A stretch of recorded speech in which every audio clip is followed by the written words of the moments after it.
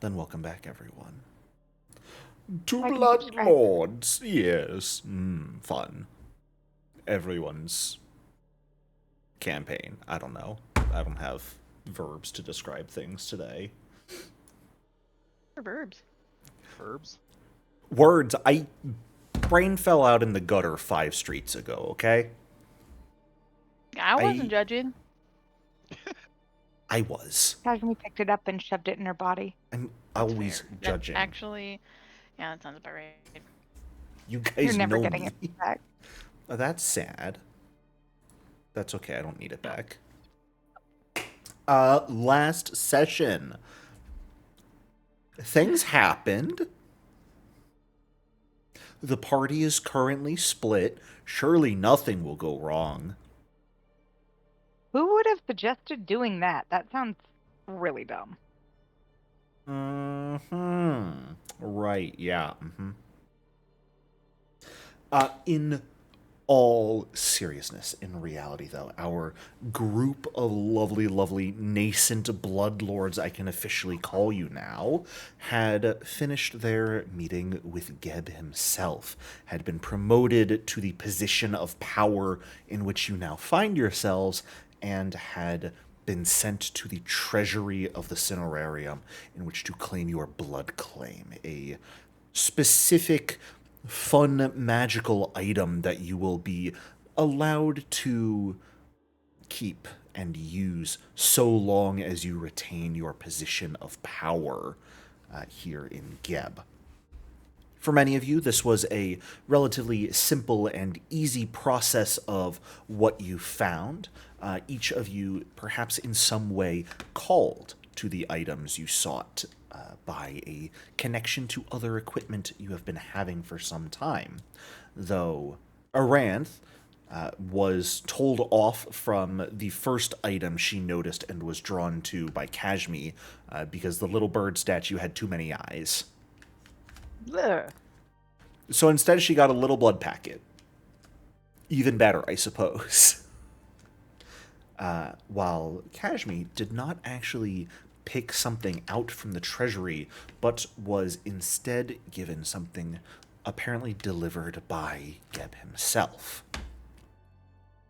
Unfortunately, this is kind of what led to the problem, as you all are required by the law and rule of things to effectively note down what the blood claim is when you leave. That way, it can be retrieved. Things can't be falsified. Things have processes here. But Kashmi refused to give up on this item even for a moment to have it recorded down, and thus was locked in the treasury with about a dozen guards remaining, watching over her. Pervert. You're the one not following the rules. I don't think you can call people out on anything for just doing their jobs. But that is where we left Kashmi, struggling with the emotional weight of everything that has been going on, meeting Geb once more, finding or receiving a piece of Aufgeben, considering the ones you had lost in the past, while the rest of our group went out to celebrate. Yippee! A party! Nothing went wrong there. Everything. Queek, why the fuck are you sending attachments? Disgusting. Get that out of here. Gross. While the rest of you left the Cinerarium with Bloodlord Vethis, thinking you would go spend some time drinking, partying, doing drugs, whatever it is you want to do, but came face to face with a few unwelcome individuals, let's say. Mahari noticing his should-be dead father, Jackal, hiding off in the crowd, while Amira noticed a should-be dead soon father figure-ish, kinda. It's weird. It's a little gross. Samitu as well Yeah. nearby, leading to Jackal walking away with no conversation happening, while Amira was able to have a conversation with Samitu, albeit not a particularly private conversation, considering you were just using ventriloquism to talk at each other from a distance. You know. It's not like message. Shit's not secret to the people around you. So, your whole conversation was publicly heard by people. But, who cares? Random people looking for wealth and power and unable to get it that have been kicked out and were waiting for when they were allowed to go back in. Surely them listening to this conversation won't get them anything. It's fine. It's fine. But That's when what we said last time. Samitu pulled a what seemed to be scroll case out of his staff, or his cane, I suppose, and began approaching Amira, that caused Amira just a little bit of fear, it seems, and got her to... No, that's PTSD.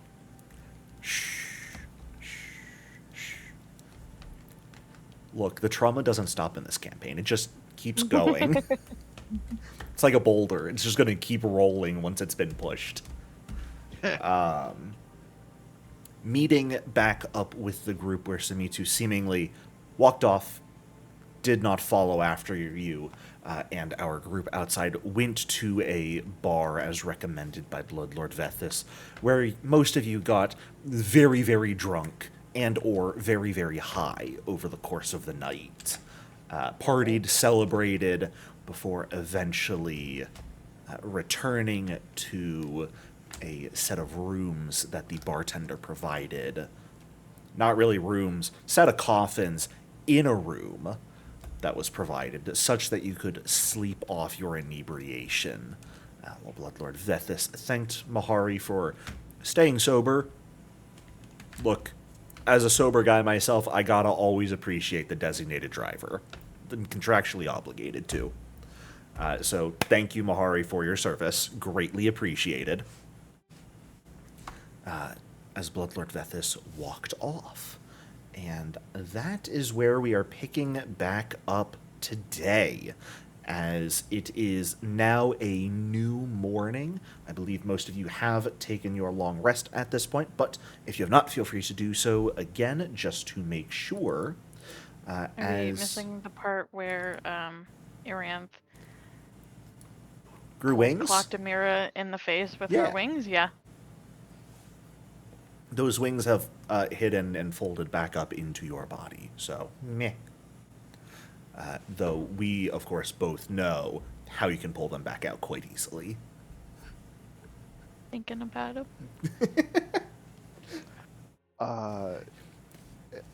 Amira. Mahari's gonna walk over to Amira.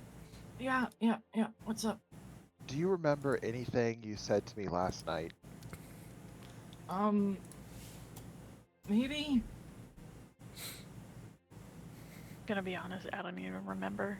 I can't remember what I had for breakfast. Aranth, let's just morning. say I have never seen you so just non-stressed. You were so chill last night for the first time in 400 years.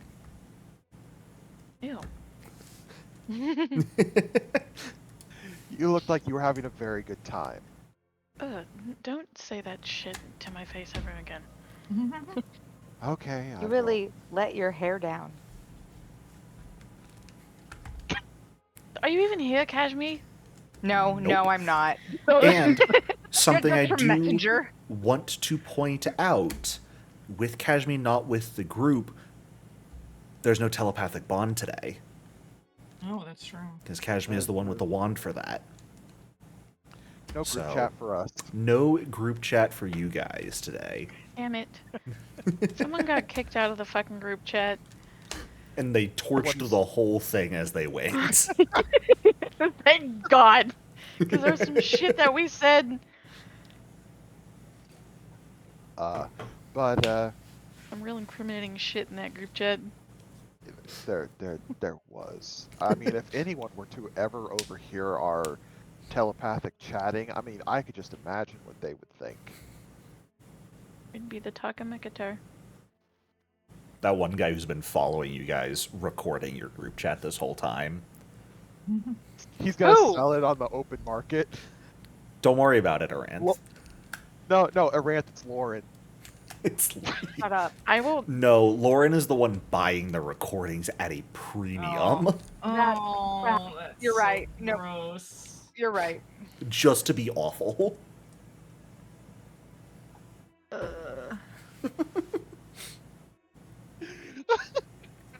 So, Ooh, okay.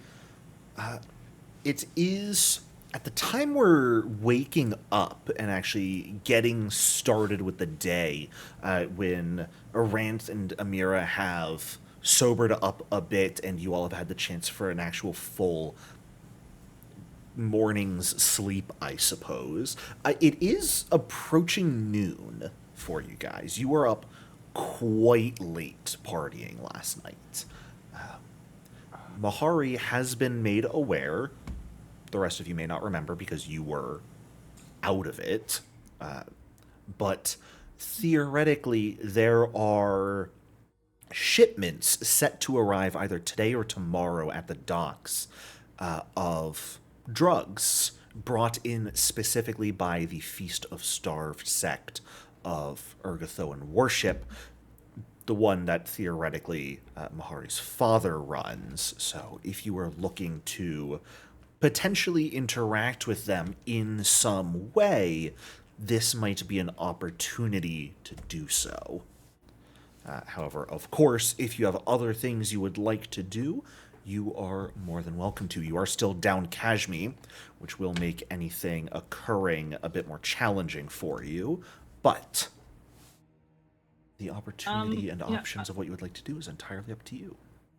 I think the first thing Amira would like to do, as we're thinking about this, is that she's just going to call Kashmi over the wife line. Be like, hey, how are you doing? Are you out of that place yet? Or I haven't even opened the box yet. okay, and then Amira will just be like, okay, well, we're gonna go check out this shipment coming in. If you know, if you get out of there before this time, then we'll be down over here. Okay, Love have you. fun, See be you safe. later. Hey, do crimes. Amira, is Kashmi, how's she doing? Is she going to be joining us today, or? Not right now. It sounds like she still hasn't opened up the box, but you know, I'm sure if we give her a little bit, she'll be on her way. Okay. Just want to make sure it's known. You guys just got a position of power, and Kashmir's already telling you to do crimes. Well, good news is I don't think anybody can tap into the wife line. No, not yet. Or at Crimes least is very vague. that's not the type of stuff that's getting recorded and sold because our buyer does not care. Yeah, he's only interested in conversations that have Aranth in them. Gross. Maybe. I Maybe mean, not. Lauren is a Who's to fucking say? freak. Lauren is That very dude is open-minded. Oh, that guy's got problems. I had a brain that was Sometimes gonna ask. Oh, go ahead. it was just gonna be me shitting on Jericho. Like Yeah, no, that's sometimes okay. sometimes I regret letting you like have free run of my characters and their backstories. Make the worst character ever. Cause what a fucking trip this has been. From Lauren's first iteration when we started this campaign to now. Yeah. No, it's been Completely different character. a very strange Completely different. evolution. I don't even think I never intended to reach this point with him. It just sort of happened one Did day. you just expect us to fucking kill him from jump? Yeah, no, I think so. I think, That's you know, right. the Now he's first just the time. fucking thorn in our side. The consequences of our non-actions. Look, I still have him just hiding in the top right of the map for no reason. Oh my god. His token is just permanently here. I keep it hidden. Oh my fucking It's God, just there. Jericho! It's prepared for when I need him. Lauren jump scare. Yeah, no, I I know, think right? my intentions were with Seriously? him were like when Cat or Rand was first kidnapped, way back in Corpse Light, when you guys were like level 5 or 6. You were gonna kill him then. Yeah, we were. We're like a 7 year months later later. and he's still alive. No, he's a slippery fish. I hate And that guy. you guys just keep letting him get away.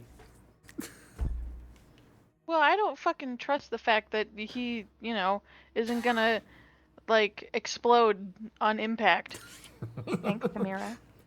There probably Well, was okay. some problems when he kept saying, "I'll die, but only Aranth is allowed to kill me." Yeah, like what kind of masochistic crap is that? I will gladly take my death, only if Aranth does it, though.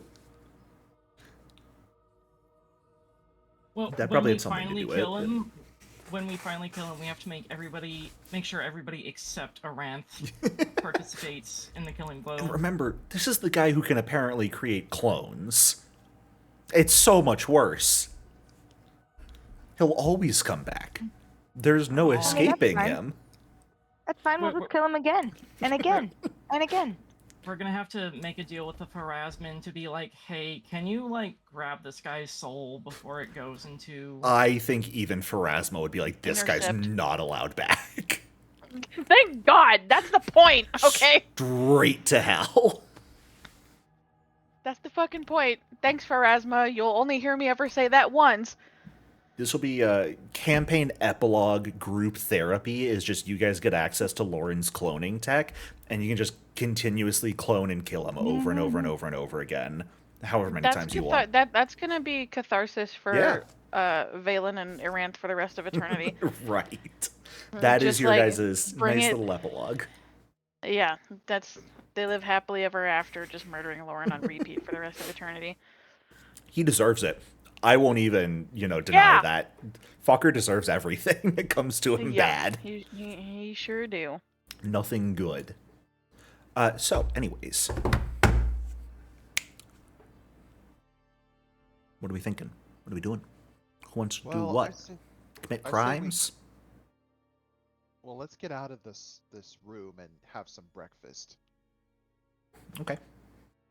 Yeah, you guys can certainly, once you are all fully awoken, wings put away, caught up to speed on what's going on, pull the latch, open the door, and head back out into the bar. Same skeleton behind the bar. The tables at this point are all entirely empty, and the skeleton will look over at you as you all step out. Did you all have a good rest? Yes, Pierre, Yeah. it was a very good rest. Thank you. Name is Pierre. My name is Pierre, yes. Okay, No stuff. noted. Do you have anything for the morning hangovers, Pierre? Any drink you'd recommend that's not going to reintroduce us to last night's festivities? Are you certain it's a hangover? You should not be experiencing such mortal frivolities when you Do any of us enjoy actually have a yourselves hangover? tonight. Probably not. You might have like something else going on. I don't know. Your trauma is Searing your headache? business, not mine. Are we sure about that? Nope. My trauma is their business, not mine. It's always my business. Yeah! It is quite exactly. literally So that's your like- business. It That's is like the quite literally that's the my job. moodest point.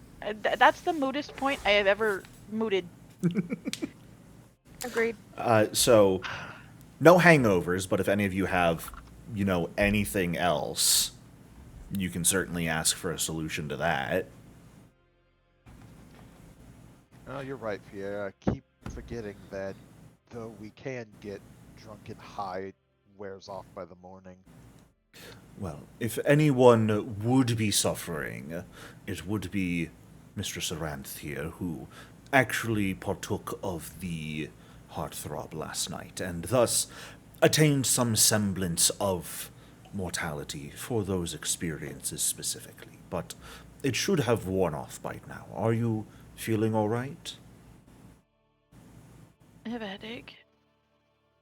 Otherwise, I have something for that, if you would like. please.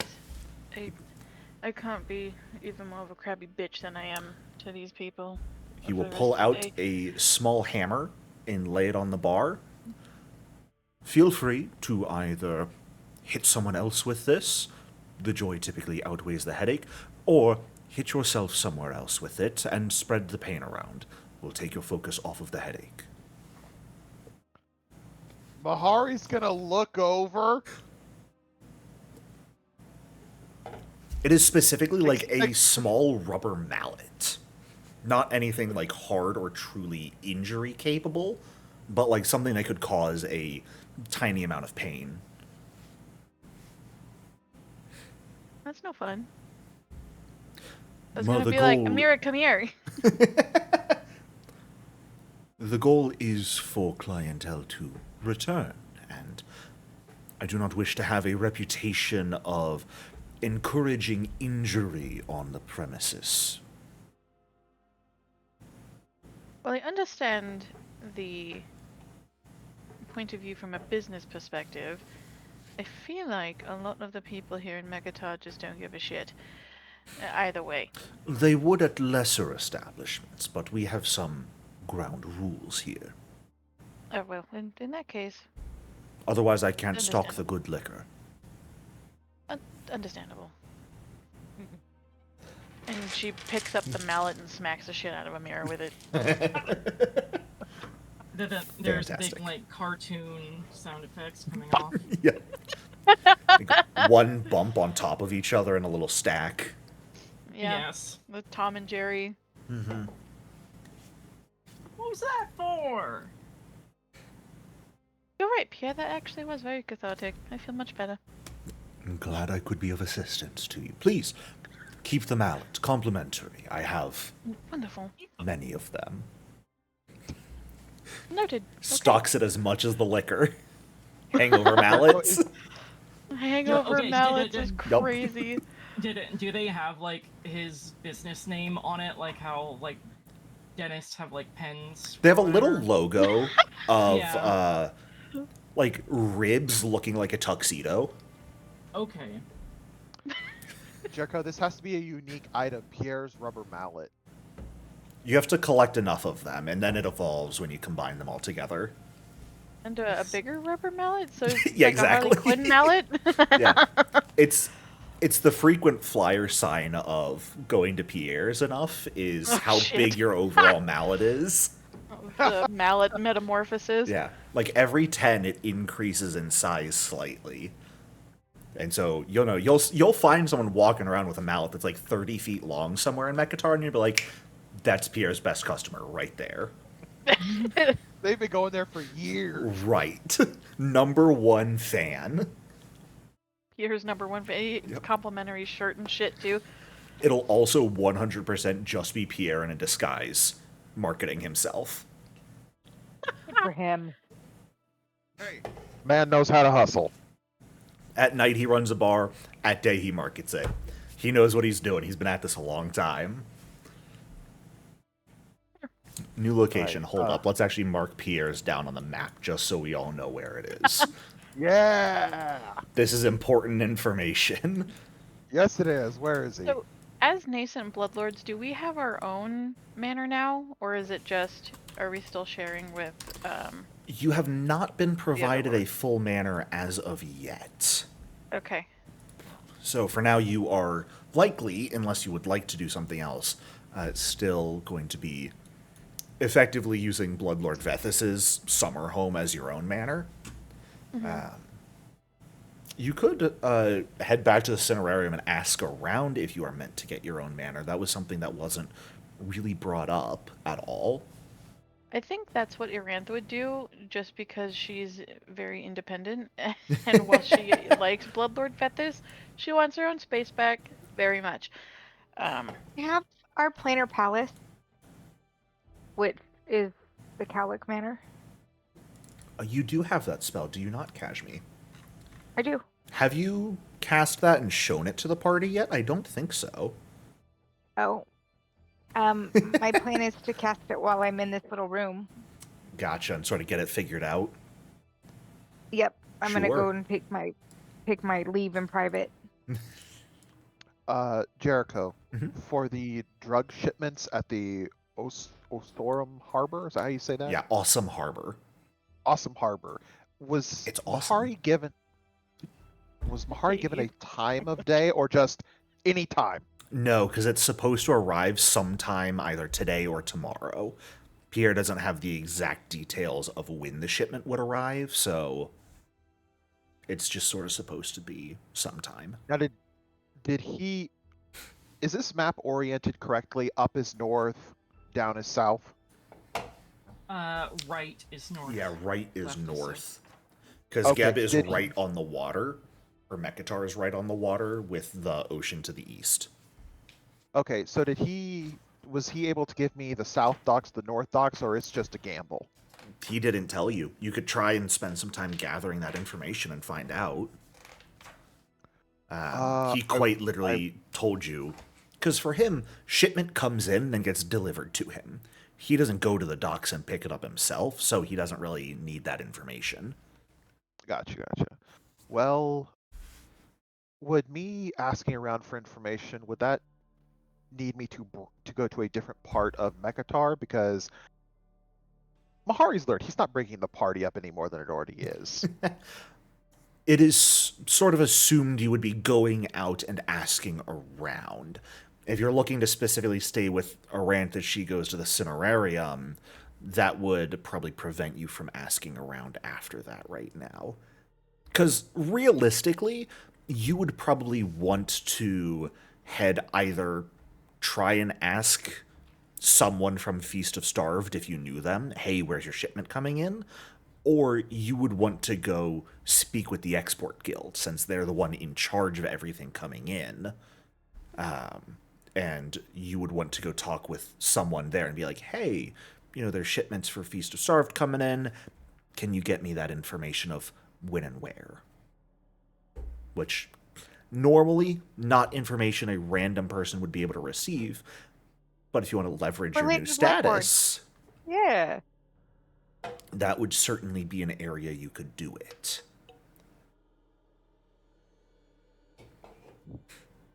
Okay. So, it's up to you if you'd like to go look into that, or if you want to stick with Aranth right now. I'm gonna stick with Arant until she finishes her business in the Cinerarium. Cool. How about you, Amira? Do you want to stick with Aranth and Mahari, or do you want to go do something yourself? No, Amira will go ahead with Ranth and Mahari. Fantastic. Then the trio of you make your way back into the Cinerarium, this time without Lord Vethis. Make your way back up to the High Hall where you had previously met Dazan, who, fortunately or unfortunately, is back in the High Hall's seat today. And same as before, a few dozen people are glad-handing with other minor officials around the room. Aranth, do you want to try and grab some minor officials' attention, or do you want to go straight to Dazan for this? I feel like I don't think she's that much of a Karen to go straight to the manager, but she might just go to some minor housing official maybe. Yeah, absolutely. Because you guys have been in and around Mekatar long enough. You know that pretty much everyone in power effectively has suites and mansions within these different sort of onyx pyramids around the city. All sort of smaller versions of the Cinerarium, where the House of Government is, they all have their own places to be. And as a reminder, of course, Coffinstone Manor is where Cortash Kane was staying. Might still be staying. You don't actually know if he's here right now. And most actual Bloodlords have suites in these as well, but will also keep additional homes around the country for wherever is comfortable for them. You go and grab one of the sort of smaller officials, taking a quick look around, who, well-dressed ghoul, pinstripe suit, seems to be using some sort of hair growth agent, because you're fairly certain ghouls can't grow hair, but this guy's got, something growing up top. Might actually be mold, you're not certain. Oh boy. But as you approach over to them, Long Tongue sort of rasps out for a moment. How may I help you? Well, my friends and I, we were just granted. Don't look at me like that! My friends and I were just granted It hurts my eyes to do the that. title of good of nascent bloodlords, and I was just inquiring about our housing. Oh, yes. You must be looking for some sort of nicer accommodations than where you have been staying up until now, must you? We can Correct. certainly arrange something like that. You said you are nascent bloodlords? Yes. He'll pull out a stack of papers and begin flipping through a couple of them, which takes an annoyingly long few minutes to do. But will eventually sort of reach the back of the papers. I don't believe I have nascent bloodlords down as an official position to be housed. Are you certain that this position is real?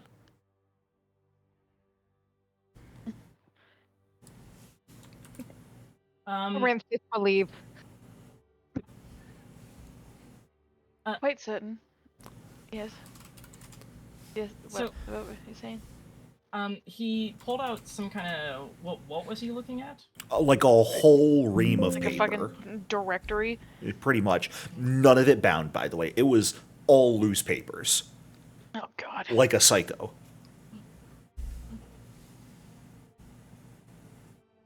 I don't know how long it takes for the paperwork to be shuffled down through the food chain here.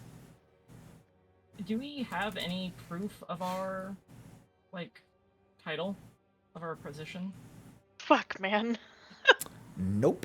And you were told this would not be announced to the public for about 8 months or so, when the next official meeting where all Bloodlords are supposed to be, including you guys, will happen.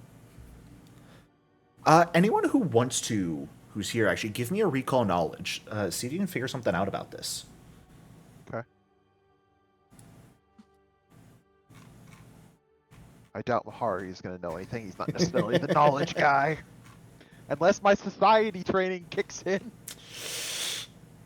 Nope, don't think so. Checks out that Amira would be the one to roll extremely high on this. Yep. Very much checks out here. You would, Amira, thinking on this, probably realize at this point, this in and of itself is sort of testing you, while at the same time sort of showing you that, hey, we're giving you power. It's not nearly as much power as you might want to think it is, though. It's power with a lot of restrictions. Because they're probably not going to say anything to anyone in a official capacity that, oh yeah, this is an official position, these are the people in it, these are their privileges. It is very much a, how far are you guys willing to push with simply your name and perceived power at this point? And do you know where to stop, where that line is that you shouldn't cross effectively? Is there a correct answer to this that Amira can think of right now? In this case, a lot of officials will get mansions in these separate areas. It is typically more so, the higher your position, the nicer the place you're given. So you could reasonably assume people of your station should absolutely get housing, and it should probably be on the nicer side. How much are you willing to push for that, though? We all know Arant's a bitch. Like, come on. Right. Simply something to be keeping in mind. You guys can effectively do what you want from now on. How much are you willing to push for it? Knowing that if you push too far, you're going to be making enemies. You're going to be making enemies no matter what, but you're going to be making more enemies that you probably wouldn't normally have to make if you push too much in the wrong direction. Jericho, just to confirm, I got nothing from my roll. Like, Mahari is the savage that he has always been. Mahari got a natural 6 on his die. Yeah, okay, so he's just the So- savage he's always been. You could probably come to the same conclusion as Amira that, there's a lot of space here. Probably a lot of officials get rooms, at the very least. Maybe small apartments. You might not come to the conclusion that Amira came to, that this is in some ways a test. That to see how far you guys are going to go with simply a name given to you. And I'd say, Arant, you think the same. You sort of understand, yeah, we probably should have a mansion, but not necessarily the social consequences of it. Do I understand the path forward here? Like, do I push this guy? Do I go to Mummy Bitch Lady? That is going to be up to you guys. Well, Mummy Bitch Lady Devore, she's basically the Carrion secretary of the office. She was put there by the owner of the company. And the owner of the company seems to be fine having her there. So she's a self-important bitch. She's not going to give us the time of day. No, but I don't know if this guy, this person, this thing, is gonna... I don't know if there's any way to proceed for... Like, we can't just threaten him like, hey, give us a Why fucking not? house, fucko. So... I mean, Jericho, what is the... Good. Like, if Mahari were to take his... That is spirit something you thresher- truly could do. You wouldn't want to threaten physical violence here. This is the political stage, not the physical stage. So, Okay, threaten using your names, using your backing. You can threaten to go talk to Dazan and say, hey, Dazan right there, queen bitch herself, we got in good with her. You really want us to call your mom? So... You guys can I effectively have- do whatever you think you want to try. It's going to be on you guys to try. I have an idea for what Amira would want to do, but I just want to see if Aranth had something specific she wanted to try before. Uh, um, I If think not, that's it. Aranth. Oh god. It's okay. I think Aranth probably. She'd probably try to. I mean, he's undead, so like threatening mental flaying wouldn't really be very applicable here, in a sense. But, Typically, wait a threats of minute. violence would not be what get you guys super far, unless that's the type of bloodlords you guys want to be. If you want to be the ones who get their way through that sort of physical and magical dominant over others, you certainly can go that route. This is more normally a political stage, though. Valen rubbed elbows with Geb a long time ago, right? Yeah, a long time ago. But can I roll recall knowledge to see if he has any like relevance in Mechatars? Oh, goodness. Sure, Randomly trying to pull it. Do you know who my dad is? I Yeah. love this. I I'll love allow an this. Rich additional kid. roll. The idea here is going to mostly be in the 2 years you've spent in Mechattar now.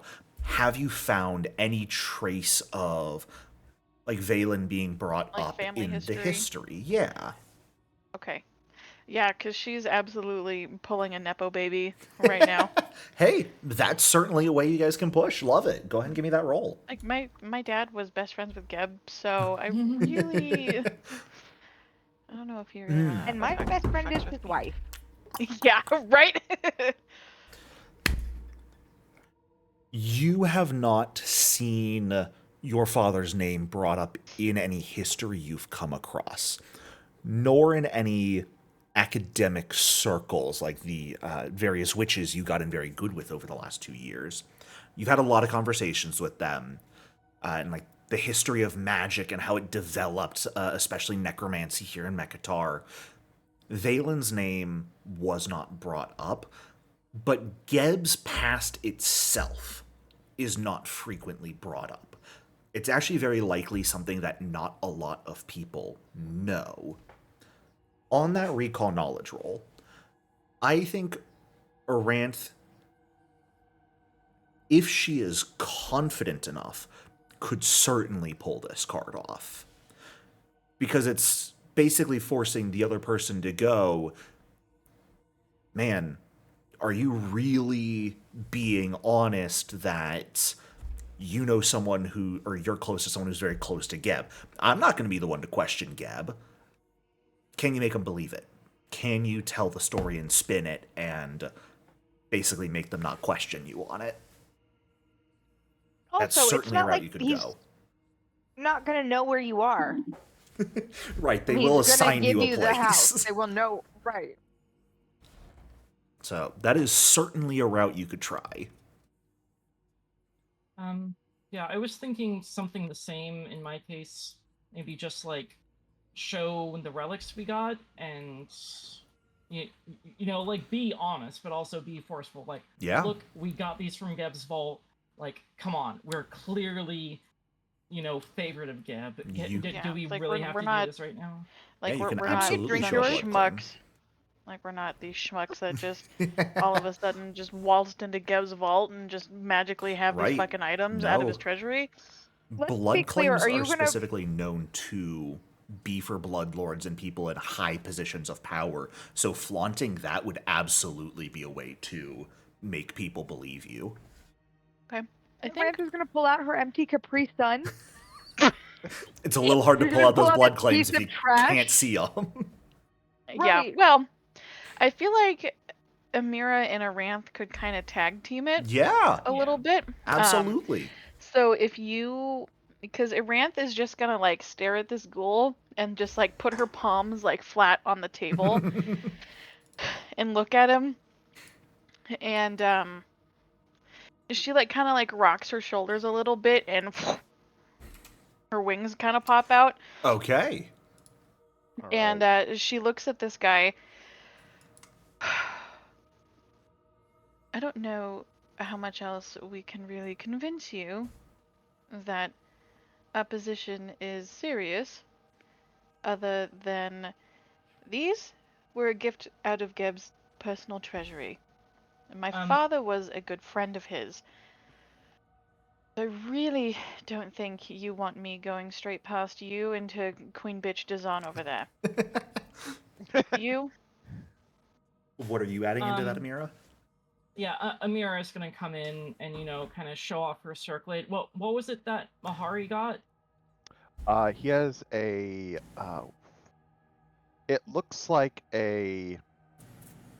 It was a human heart, correct, Jericho? Yes, it's a little bit of ruby that looks like a human heart. Okay. Is he willing to show that? Oh yeah, and if this is an intimidation, I would like to aid. I mean, I'm not thinking of it as an intimidation, but The Aranth is.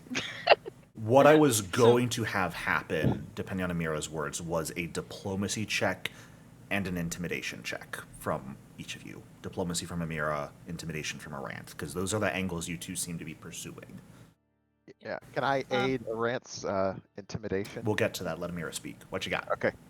yeah. So I'm thinking what Amira will do here is, she'll lean in and she'll like tap her circlet, show the blood ruby thing off, and be like, okay, listen, I've been in your spot, your middle manager, have to deal with this kind of nonsense all the time. I get it. I've Oh no, been the there. good cop approach.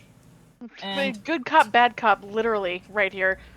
I don't want to put you through the kind of stuff I was put through when I was in your position, okay? Like, come on, look at her wings, look at the ruby, look at my circlet. Her dad's a friend of Geb. My wife is Geb's wife. I know that sounds kind of complicated, but there is something going on there, so please be aware of that. I know Nascent Bloodlord isn't an official position or anything like that, but come on. Well, like she said, I don't want to have to take this to Queen Bitch over there, and I know you don't want me to take it over to Queen Bitch over there either. Or even Geb himself. Because I really doubt he would want to be bothered. Take time out of his day for some shit like this. I want you guys to know specifically when both of you say Queen Bitch, Dizon's head snaps up and looks in your direction when you say that. You're not saying it loud. She still hears it. No, that's I mean, fine. they're not wrong. She's not going to call you on it because she knows you're not wrong. If anything, she's kind of impressed. I was gonna say that's the most respect we have shown her, like by far. I feel like. And the fact that you're willing to effectively do it to her face, you're not hiding it, she's fine with that. She gets it. At this point, let's get that intimidation from Aranth, that diplomacy from Amira. Mahari, if you would like to aid Aranth's intimidation, you are more than welcome to. Something to keep in mind when going the blood claim route in the future. That is something listed down. There is no, like, discerning mark on the items themselves that they are a blood claim. Yeah, that's fine. So that is mostly going to be claiming it to them unless they have some way to check it, which this guy maybe does. They should, because Queen Bitch has the fucking checklist. Go ahead and take a +3 to your roll here, Aranth. Circumstance bonus. Ooh. You All love right. high level aid. Is that a success? Or... No, it is not. Okay. Okay. Thank goodness for Keeley's. Yeah, Keeley's is awesome. Yeah, it certainly exists. What a rule. Okay.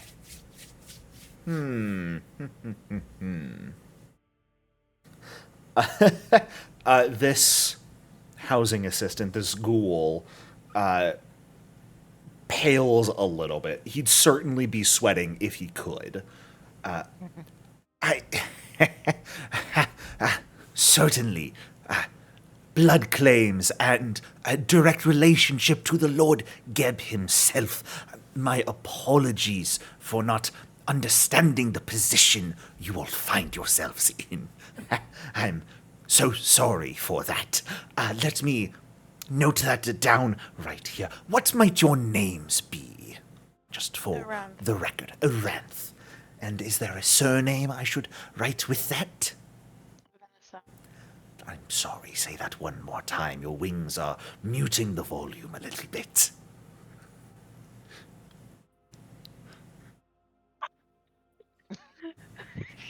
God damn it. Oh, Jesus. Certainly. Renaissance. Aranth Jesus. Her god complex can only get so big, okay? He will note down Aranth Valasan. And he will look to the other two for your names as well. Oh wait, I'm sorry. for her dad's like original name, Draven Morn, would that what is the last name to that? Morn is the last name. Okay. Yeah, first name Draven, surname Morn.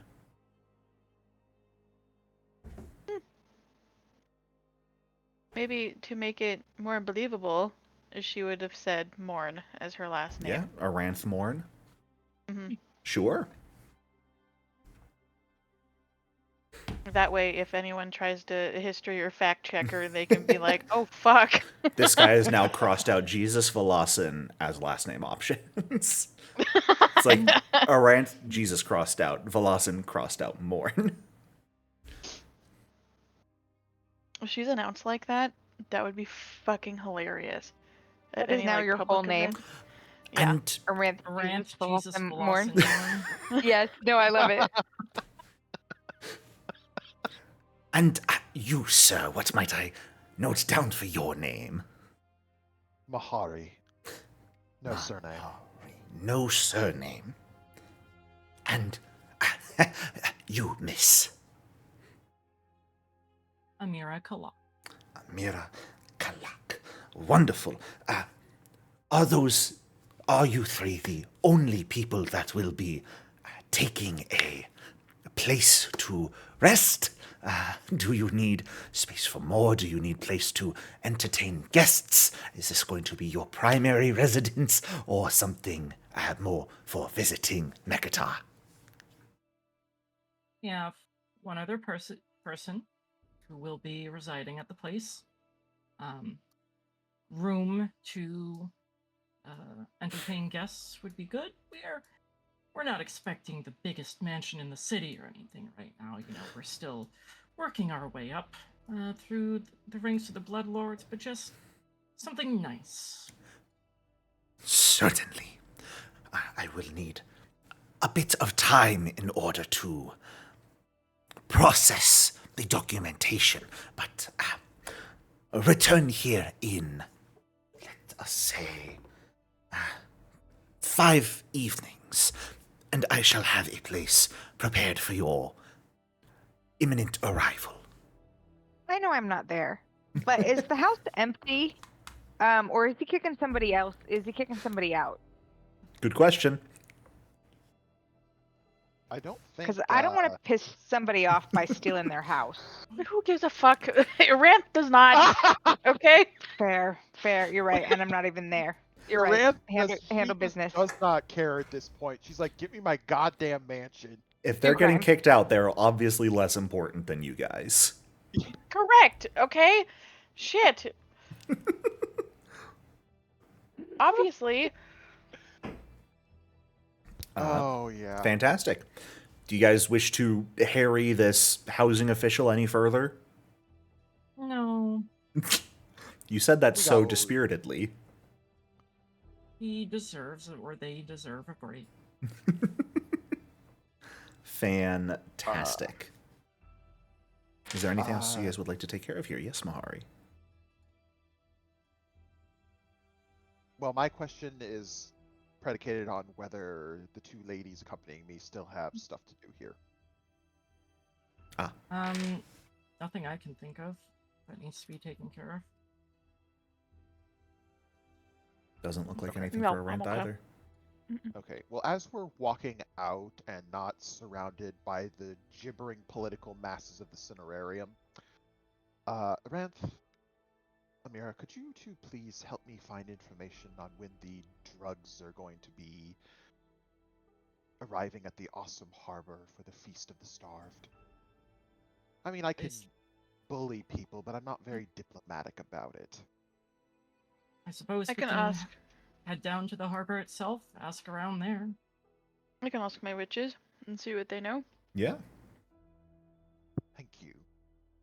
So you've got Amira heading down towards Awesome Harbor itself. Aranth, you want to split off towards like the Ebon Mausoleum to go talk to some of your Yeah. contacts there. Mhm. Mahari, where would you like to go then for this?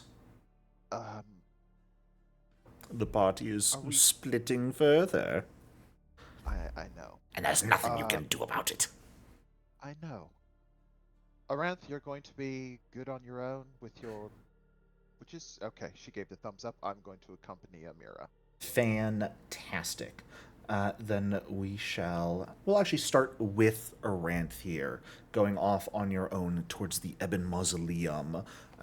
You know a number of some teachers, some faculty, many of them simple researchers that have spent a few decades at minimum apiece here in Mekatar. Many of them magicians of the primal and occult primarily, a few divine as well. There are numerous familiars of all different type running around, delivering notes, sharing magical secrets with one another, or attempting to steal one another's magical secrets, depending on the person. But you have an entry pass at this point through the connections you've made, so you are able to quite simply walk into the mausoleum and head over to the sort of research hall, where I'd say probably 4 of the people you have come to know over the last year are like actively working around a large alchemy setup right now. And they'll sort of look over as you walk in. You guys have probably gotten close enough, or at least on similar pages, that spending time doing greetings and small talk isn't particularly necessary, at least when one party is researching. But all of you are competent enough that you can absolutely talk while working if necessary. So if you have certain questions you'd like to ask, you're welcome to. If you'd rather just give me a gather information roll, you're welcome to do that as well. I think she would probably just stroll in, Yeah. and while they're working, and just give like a curt greeting, just to kind of announce herself. But I think she would more directly just ask them, like, hey, do you know anything about any kind of like shipments, anything like under the table that people probably don't want to know much about? Yeah, The absolutely. public eye? Out of the 4 witches, as you walk in and approach them, it seems to be you recognize 3 of the witches to be vampires that you've gotten in good with. One of them to actually be a member of the Quick, who has just simply proven herself to be an extremely competent magician. And thus, a lot of people here are like, we don't care if you're alive or dead. You know what you're doing. We'll happily talk to you. Fresh perspective from more modern eyes. Right now, though, there's this huge alchemical apparatus sort of set up over a table that the 3 vampires are at different points working on, and the living one is quite literally just laying on the table with about 12 different needles sticking into her body from this apparatus, very clearly drawing blood out. And she'll actually be the one to look over at you. Oh, Aranth, pleasure to see you today. You're looking for information on the Feast of Starved. That's one of those Agathoan worshippers, isn't it? Yes. I'm asking for a friend. I know we're not... Ugh, good. You're not interested in joining them, are you? Fuck no. God. Thank the gods. They've heard strange things about them. You would not be incorrect on most of your assumptions. I am. You've made good connections with these people. I'm actually going to give them some recall knowledges to see what they might actually know that's out of the ordinary and useful. That is a natural 18, a natural 20, a natural 16, and a natural 15. Oh my god. These They people know are all apparently right. quite knowledgeable. Wonderful. And hilariously, it's probably the one who's getting her blood drawn that rolled the natural 20 because of the nature of this experiment going on right now. The Feast of Starved, Feast of Starved. Ah, yes, I've actually been asked to help test some product for them. If you... I can't lift my arm and point right now, but my desk over there, I've got some notes on a small envelope of powder. Don't consume it, but feel free to take a look and read over them. Wonderful. Do you know about when you should be expecting this shipment? My last research results I sent over to them about a week and a half ago. I would probably And as expect she's like something talking, new. Aranth is going to be walking over to the desk while they hold the Absolutely. conversation. I would expect new samples to get sent over probably in the next few days. I don't know exactly when they get their shipments in, or what their refining process is like. You wouldn't happen to know anything about today's shipment, would you? Or were you just given a estimated turnaround as she's flipping through the journal?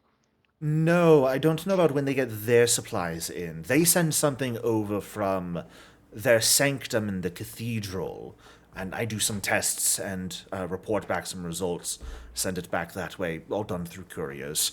And they all have their different shipment days as well, I'm assuming? They come, you know, Urgathoans. They don't know what consistency is. Right.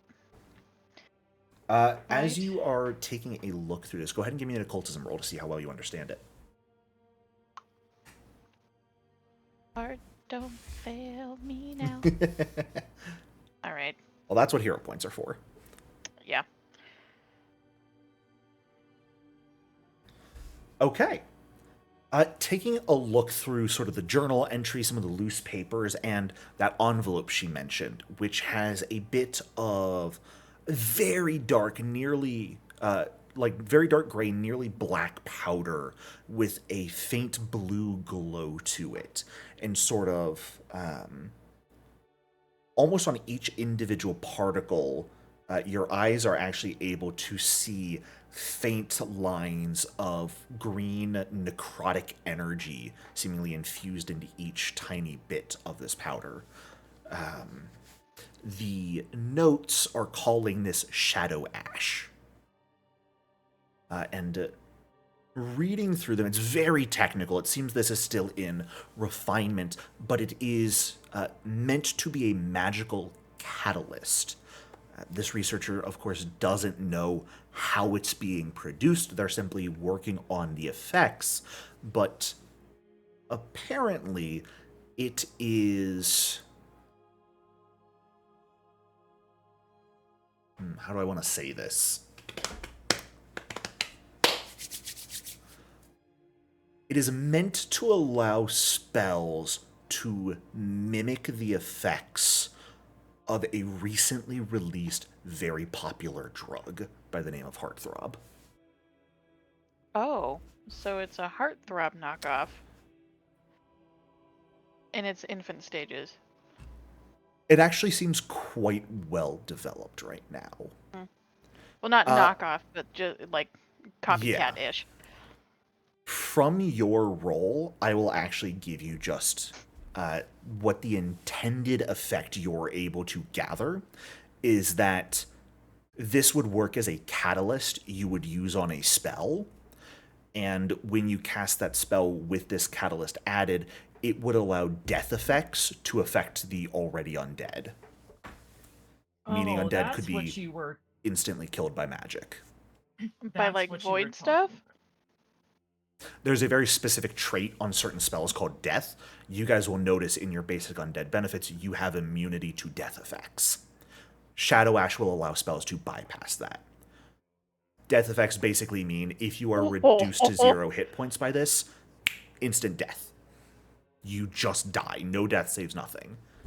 Oh, wow. Okay. Yeah. So a spell like Disintegrate is a death effect. I think like Phantasmal Killer is a death effect. If it reduces you to 0 hit points, you just die. You die. So as undead, you have innate protection to that. This is something designed or being designed to bypass that. So where do we see, is that just like when we click on the spell? Oh, yeah, I see it. Okay. Yes, oh, wow. It is one of the traits the spell will have. Oh. Yeah. Yeah, I could have been real mean to you guys up until now if you didn't have that immunity. Yeah, clearly. My god. All right. So this would work on something like, say, Power Word Kill. Something like that, yeah. Oh. Okay. This could absolutely work to allow that to happen, which, I mean, that's... You probably are able to think of this, Aranth, since you are, I believe, an expert in society. That's one of the protections that makes Gebite society work decently for what it is. Assassinations are tricky because there is no way for, say, a high-level mage to instantly kill someone in a large An position of undead. power, because they're an undead. Oh, wow. This would fundamentally rewrite how the balance of hierarchy power goes? works. Yeah, holy fuck. Okay. Between it would honestly, you could imagine this, whether it would happen or not, probably spark an immediate near civil war between the Bloodlords were this to get out, because those are the powerful spellcasters who'd really be able to take advantage of this sort Like of thing. fucking, like, liches and stuff? Not liches, but like Yeah, wannabe liches sufficiently powerful undead, or even quick, that have aspirations to that position of power. Someone like Berlin I was just gonna Haldoli. say, like, Aranth would probably, like, kind of, like, slowly look at the girl on the table and then kind of, like, look back at the notes. What? I'm a researcher. I don't care for ramifications of this sort of thing. I just want to see it made. Maybe you should, darling. This is quite terrifying. By the way, do you want to add some blood into this? We've already got 3 different vampires. If you want to add in, absolutely use some of your input while you're here. Darling, I love and adore you, you know this, but I've had my blood stolen recently, and I'm not too keen on just giving it out. Hey, fair enough. To, Whatever floats your boat. Right. Do you want a little drink while you're here, then? Might taste different. That would... How different? Well, I'm getting their blood pumped into me right now, so it might be a cocktail.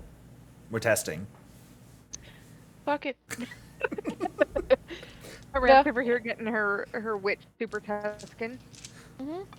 Look, the witch researchers of the Ebon Mausoleum are weird people. All right, you know, I feel like it's kind of neat because their Iran's kind of weird. Like the quiet nerds over in the corner. Does Aranth care to ask what experiment they're doing is, or does Aranth just, like, take a bite, do a little drink, and walk away? Okay. I feel like Aranth, like, as they have her on fucking tap, I guess, she has, like, her little goblet, and she's, like, taking a sip and walking around the table, kind of, like, looking at the contraption. Yeah.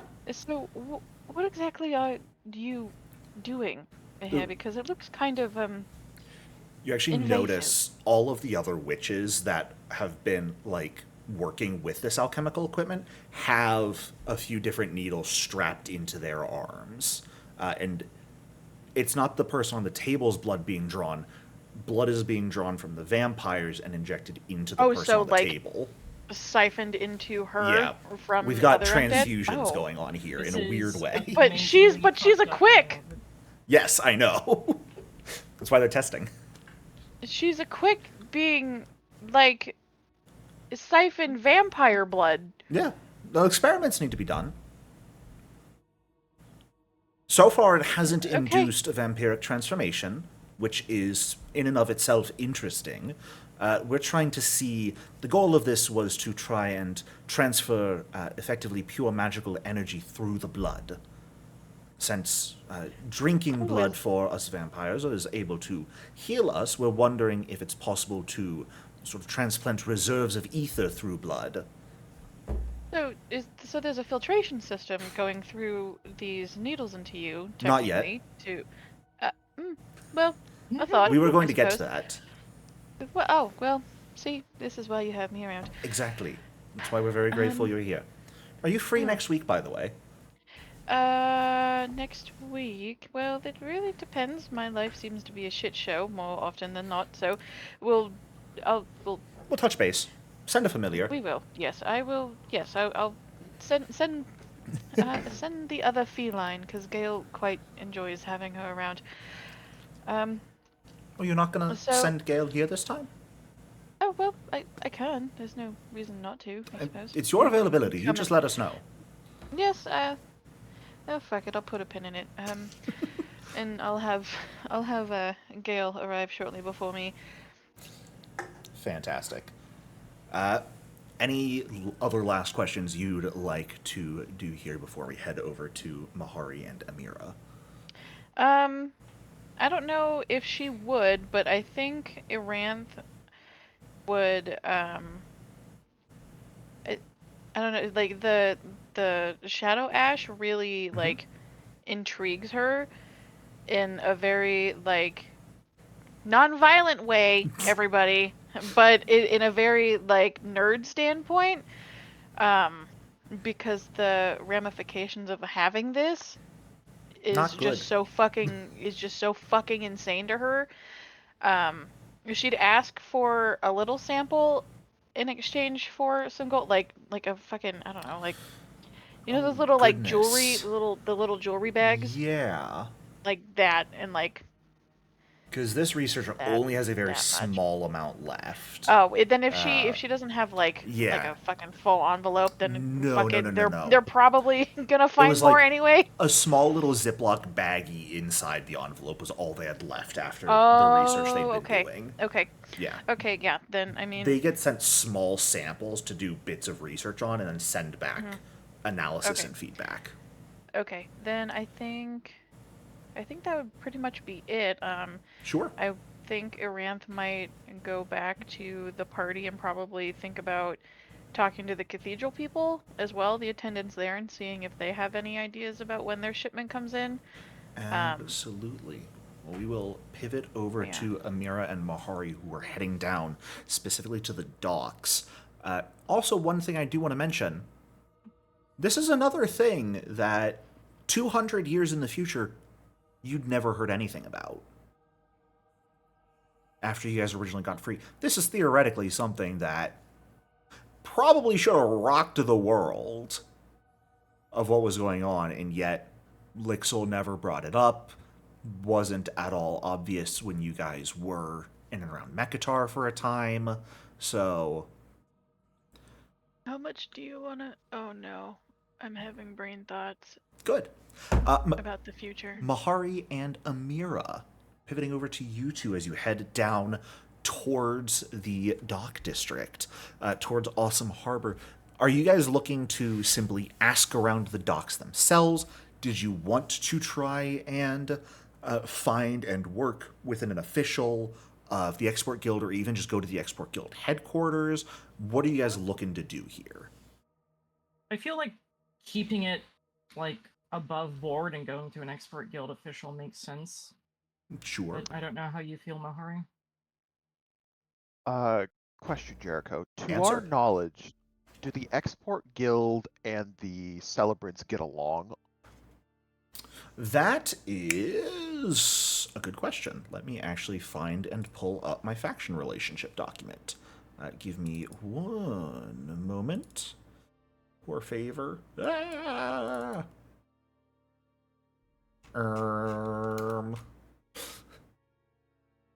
As I find it. Questions I wasn't ready for, and I should have been. Really How should dare just you have it. be unprepared? I know what a bad person I am. Bad Oh, GM. bad GM. Um, they are theoretically allied. However, the celebrants have been making big moves with the tax collectors recently, and you don't know how that would affect them. The Export Guild isn't on bad terms with the tax collectors. If anything, the biggest enemy, quote unquote, the Export Guild has is the reanimators. Okay. So, and I believe if I go back and check our old document on this, the Export Guild was the faction that you guys just had the absolute least influence with. Yeah. Aside from like the tax collectors that you were just full on enemies with at one point in time, the Export Guild, you guys basically had very little communication with.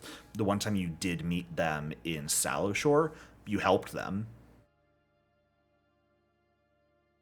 So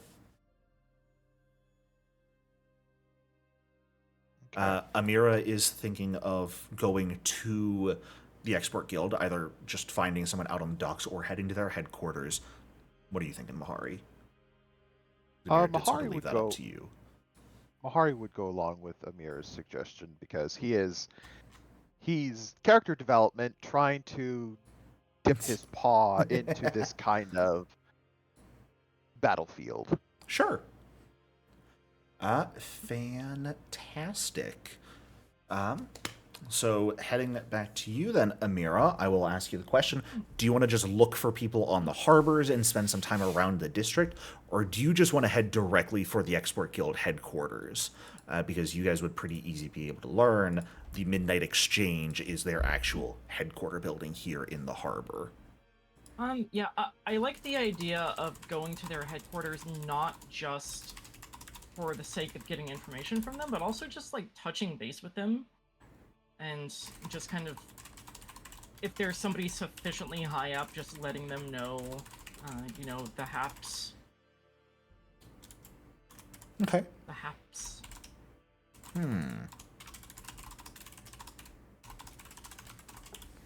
I wrote up a brief description of the Midnight Exchange fucking months ago at this point. It's so far back in my notes. Let me see if I can pull it up. Oh, look at that, I did. I'm a genius sometimes.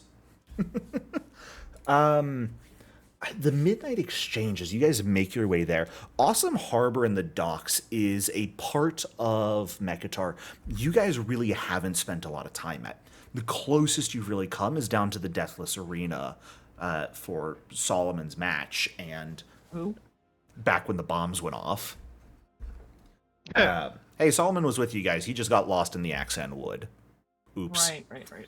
Oops. Had a miserable death there. Oops. But, or maybe he's getting really along with the Fae, who knows. Heading down to the docks themselves, it is a mess. Mekatar's not the type of city you would call orderly in the first place, especially when half the buildings are above ground, half are in the catacombs below. But the actual harbor, the docks, it is true chaos.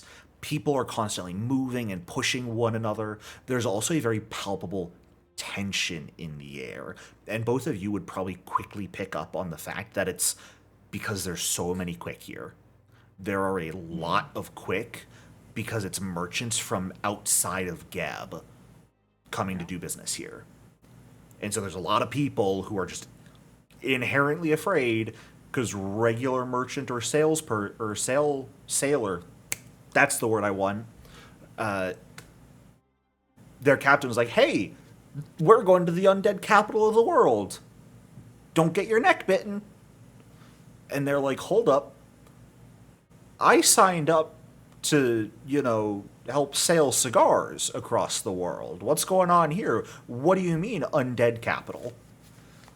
So there is a lot of tension and fear in simply how people move, which leads to a lot of mistakes. So there's very frequently spilled cargo, things being knocked over, people shouting at each other since they're scared.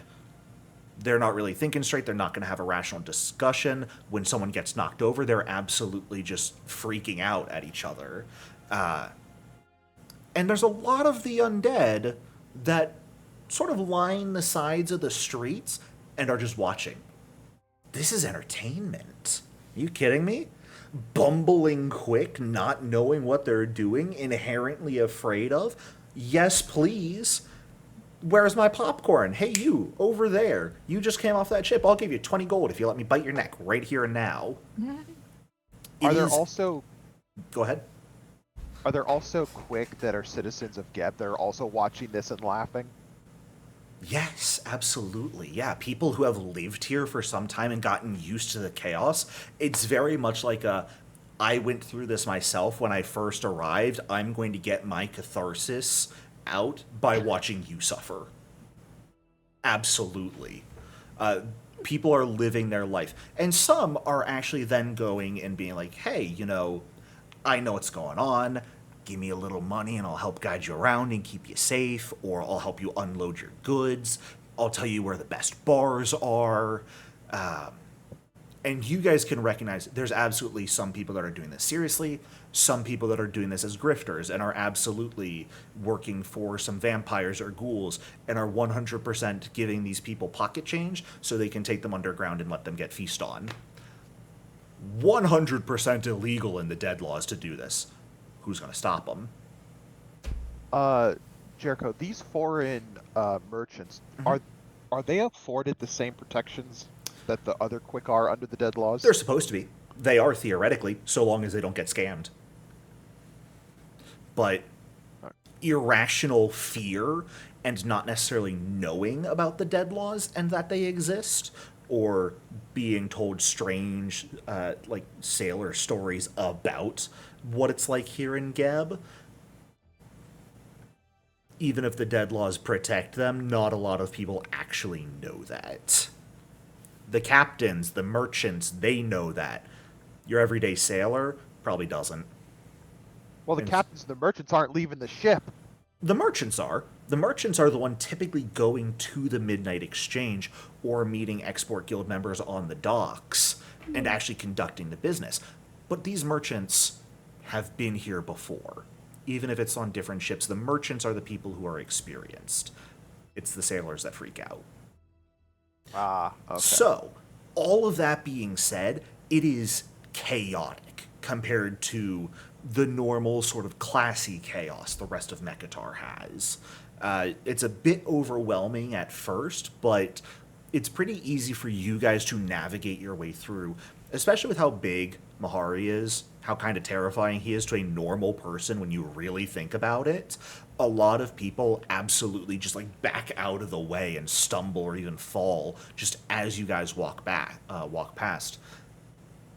Amira, Hmm. I am curious, what goes through your mind? What does Amira feel as she walks down the street with Mahari and very much has the experience from so long ago, but sort of on the opposite side, where you're the one in the position of power walking down the street and the people are stumbling back in fear of you? Um, a couple of emotions. I think that obviously the big one is she just kind of sneers down her nose at them and like silently, thinks to herself about how pathetic they are. Um, at the same time, there's definitely a feeling of like, yes, good, this is where I'm supposed to be. This is what I've been working all my existence for. Right. There's not a shred of sympathy. There's I didn't expect there not. to be one. Mahari just regards them as food. Fantastic. And especially for Amira, you would probably be the one, because you lived in Mekatar for quite some time, that you knew Awesome Harbor would be like this. Maybe you Yeah. walked down here a long time ago when you were with Samitu. This is your first time coming down here with actual real power to your name. Yeah. The two of you make your way down the street. Definitely people sort of getting out of their way. One or two people probably bump into you who just aren't paying attention. Sailors who sort of nudge into you guys. Do you do anything when you get bumped into or someone walks in front of you who's just not paying enough attention or moving in fear of something else they just saw? Uh, would it be obvious to Mahari that these people are terrified of them? It's etched in their faces. You can pretty easily tell who is inherently terrified, who's trying to hide it. These are commoners and sailors. They're level 1 and 2 people at best. For someone at your level, you've been dealing with a lot of people your strength and stronger up until now. You're really coming across the common everyman who you were so long ago now, and you can read them like a book.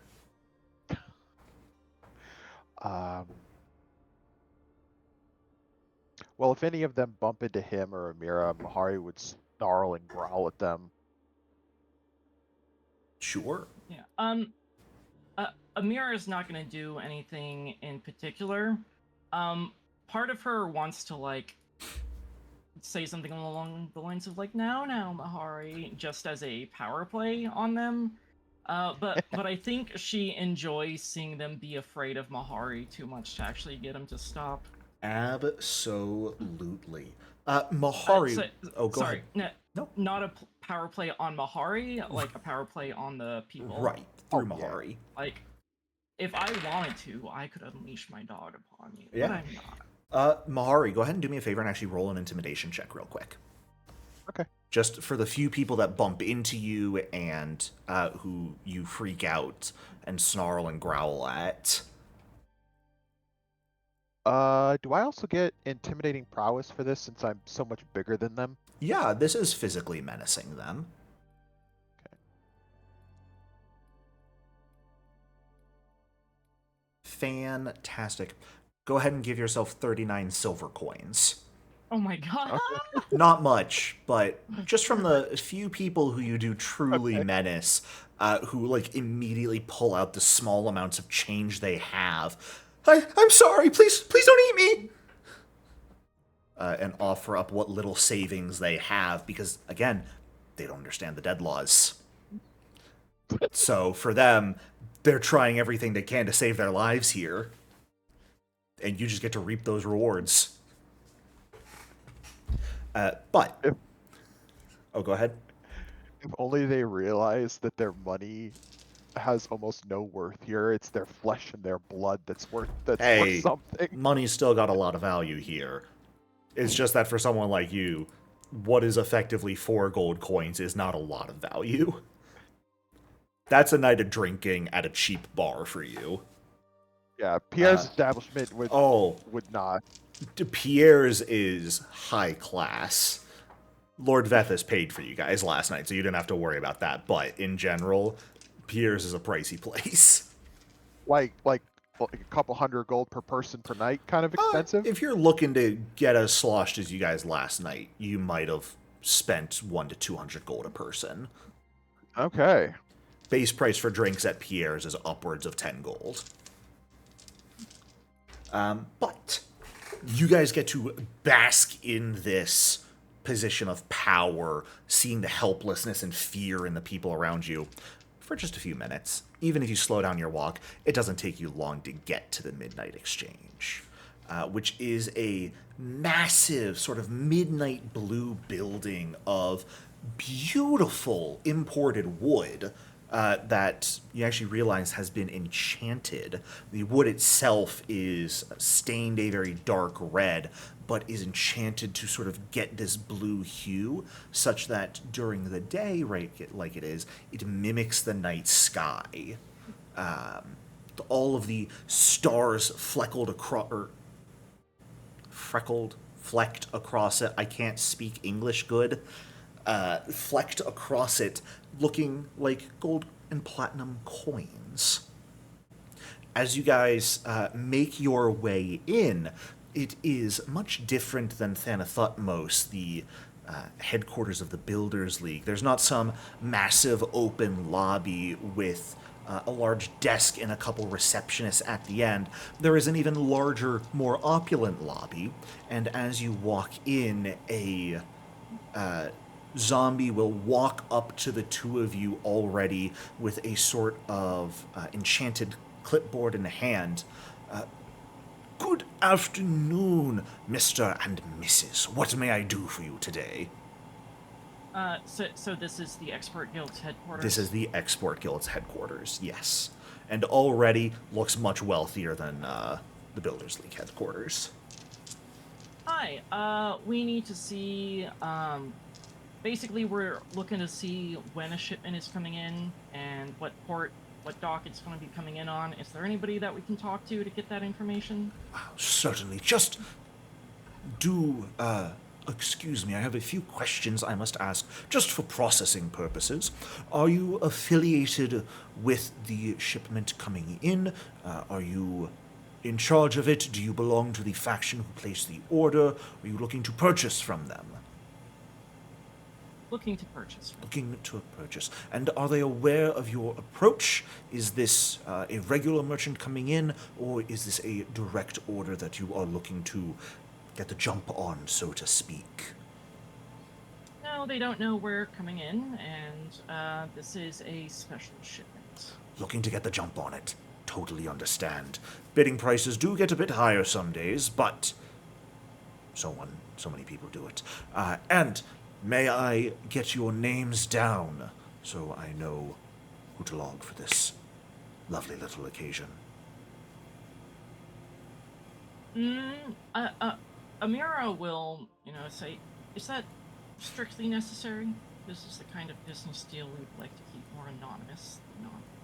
Looking to keep anonymous. That can certainly be arranged. Then one more question.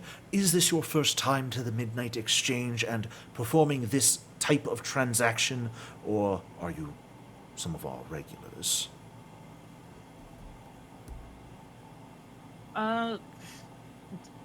Does it seem like there might be some kind of... no, best not to lie. Amira will say, first time. First time. Wonderful. Let me see if I can get you set up. What sort of openings we might have, and we'll sort of cast a quick cantrip or two over the clipboard, seemingly checking through some things. Uses approximate. Yeah. Some other simple things like approximate, looking through schedules. Look, the Export Guild is the best place to know the quick sort spell, is all I'm going to say. And I'm sorry, just to make my life a bit easier, you said you do not know what dock. Do you happen to know what the shipment contains that you are looking for? We don't have the specific type of substance yet, right? Certainly. No, you do not. No. Oh, okay. Sorry, Yeah, I realize you were know asking that above table. Yeah, no, yeah. We know it's drug. You know, it's Yeah, drugs, alcohol. Amira will say, recreational substances. Understood. Being imported by the settlements. By the celeb? I think I know exactly that which you speak. The one in charge of that dock would be Gavra. Let me see. It looks like Sir Gavra's meeting should be ending in about 20 minutes. If you are comfortable waiting for that length, I would be happy to put you on the books with him. Amira will look to Mahari, see if he's okay waiting for 20 minutes. Oh, he is. Fantastic. Then please follow me. I will lead you to a lounge that you may wait in. And he will lead you guys, if you follow, of course, out of the main room and into one of the side sections of the Midnight Exchange. Yeah. Fantastic. Which, this place very quickly becomes apparent to the two of you, is larger on the inside than it is on the outside. Class. Probably because the magic. entire lobby was about the size of the outside. But he leads you through a side door, down a few hallways, and into a very nice small lounge. 3 chairs set up, seemingly around a small table, which already has 2 goblets full of blood and a small plate of scraps of flesh on it. For your enjoyment while you wait. If you are in need of anything, please press the small sigil next to the door. Thank you. And he will leave the room and leave the two of you in there. Amira will immediately go towards enjoying the beverages they Yeah. provided, though she will super taster to see if they're putting anything in it to like Give me that perception check. A mild like truth serum or something. Yeah.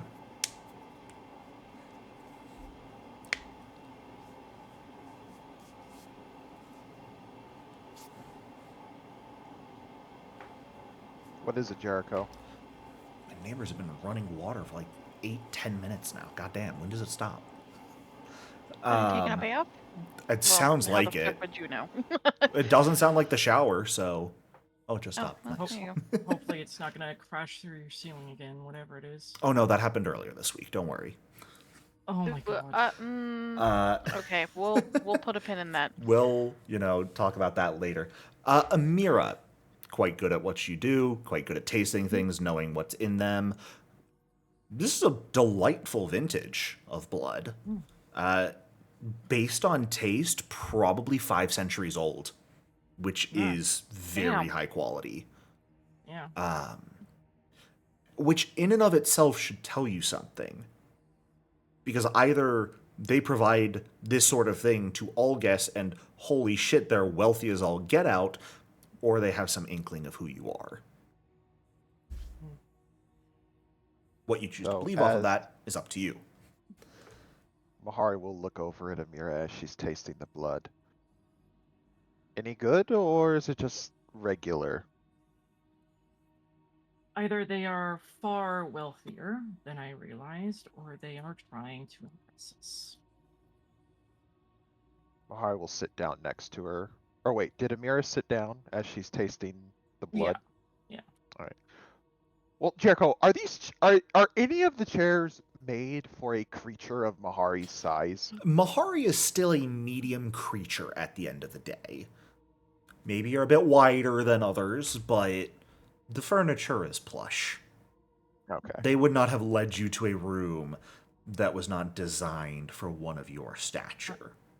Also, I imagine there's plenty of like very large, like not mechanically large, but Mahari size Right. like zombies Yeah. and stuff like that. Absolutely. Okay. So there certainly is, actually, notably, a chair that seems a bit larger than the others, perfectly sized for you. Can I check like how perfectly sized? Did they just wheel this in? There is a non-zero chance in the time you guys met with that zombie out front to getting to here, they set this room up specifically for you guys. Or they have an infinite number of rooms set up for all sorts of occasions. I don't know which is more concerning to you. I mean, it sounds like something Amira would try, so she can't fault them for like The infinite number of rooms with different combinations? for like Yeah. every possible occasion. Fair enough. So I'll sit down next to Amira, Yeah. take a drink of the blood, and I'll eat a Delicious. piece of the meat. Is it Oh, there's even a human, little elf? placard that states freshly flayed. Oh, Still bloody. nice. As he's snacking, Amira, Fucking once again, thank you for doing Douchey. this for me, but I'm going to be way out of my depth in this conversation, so I will be desperately following your lead. It's okay. That's what I'm here for, Mahari. You just keep that flail arm ready for whatever ends up happening. And I wanted to mention, because I didn't realize that the cathedral is like doubling back south, Yeah. south-ish, and then 'Cause Iran Amira would and have to Mahari like are down trudge here at all this the way point. down north. So it might take her a while to Yeah, absolutely. get there. Is this whole building the Midnight Exchange? No, that's their warehouses. The Midnight Oh, Exchange God is damn. simply this building. Which, if the, Oh, okay. this building is larger on the inside than it is on the outside, I will leave to your imagination the space within those warehouses. But Did Jericho stutter to anybody aside from me? No. You didn't stutter for me. Okay. your Must tech just be me then. sucks. Hey, I've openly admitted that it does. As long as we're on the same page. I can't get a good microphone to save my life. Yeah. Do either of you have any way of precisely tracking time, perchance? Is your character, imagine- bougie enough that they'd have picked up a pocket watch or something? Amira God damn it, absolutely don't- would have a Yeah. timekeeping device of some sort. Yeah. I don't know if there's a specific. Oh yeah, no, there's just a pocket watch item.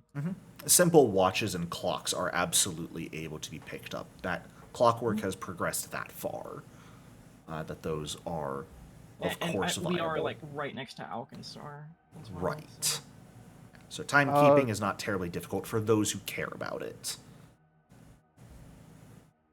Go ahead, Mahari. Mahari wouldn't have picked one up yet. The minute though he sees Amira take it out, because he's So never seen a fancy. clock before. Yeah, he's never seen one before, so he's gonna look at her and be like, "What's that?" It's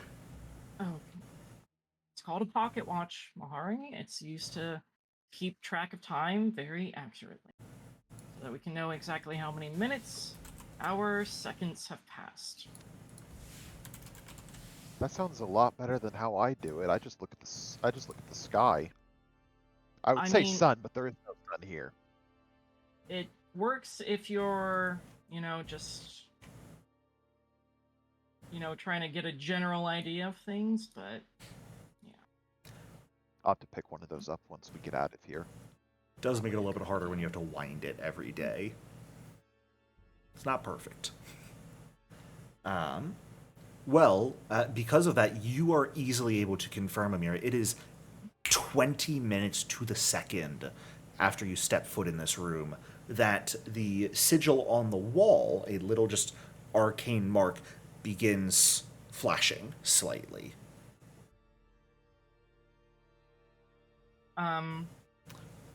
If nobody comes into the room after a few seconds, Amira will tap the sigil. Yeah.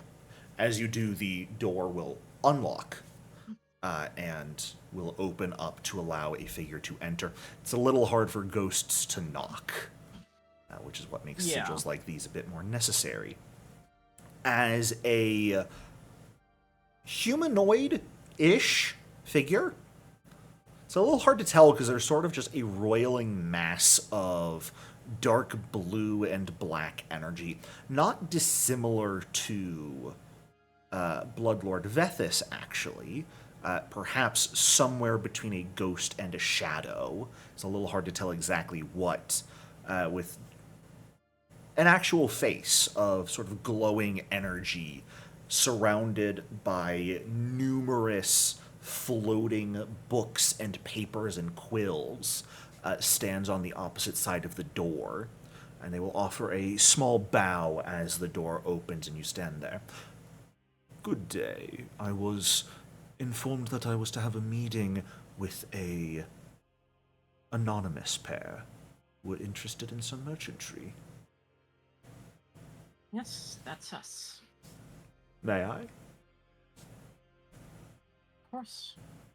And he will glide into the space. Amira, you probably recognize it, but this art is too cool not to show everyone. Yeah, it's really good art. It's such good art. Oh, that is He's awesome. so cool. Shout out to Battlezoo.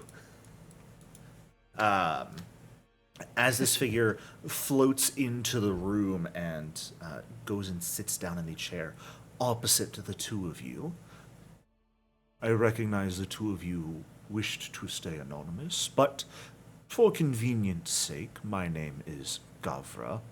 'Tis a delight to have you grace the Midnight Exchange for business purposes. Thank you for having us, Gavra. Now, getting down to things directly, I have been informed you are wishing to meet with a potential merchantry vessel as it arrives, such that you may make a business deal before the correct purchaser is able to pick up their ordered goods. Yes. We don't necessarily want to buy the entire shipment, but we would like at least some of it before it's sold on. Certainly not an uncommon situation, to say the least. Forgive me if this seems a bit rude. impudent, some might say, but consider this my own curiosity being sated. Is this transaction being made for yourselves or on behalf of a backer? For ourselves. I appreciate your willingness to answer that. Well, I can certainly provide the information, of course, for a small fee, as things are done here. But just to confirm, now that we are in closed, non-open confines, I would like you to confirm exactly who you are attempting to purchase from. As the notes told me, you are not directly certain what materials are coming in, but you are seemingly aware of who the intended buyer is. Yes, part of what we're doing here is we were hoping that you might be able to inform us as to who exactly is bringing these goods in. As the person who brought us here said that he recognizes which shipment it might be, so we assume that you do as well. Indeed, but for confirmation's sake, which is why I'm asking for you to provide as much information as you can. What the shipment may be, who the intended buyer is. That way I may confirm what you are looking to purchase is the same. He wants...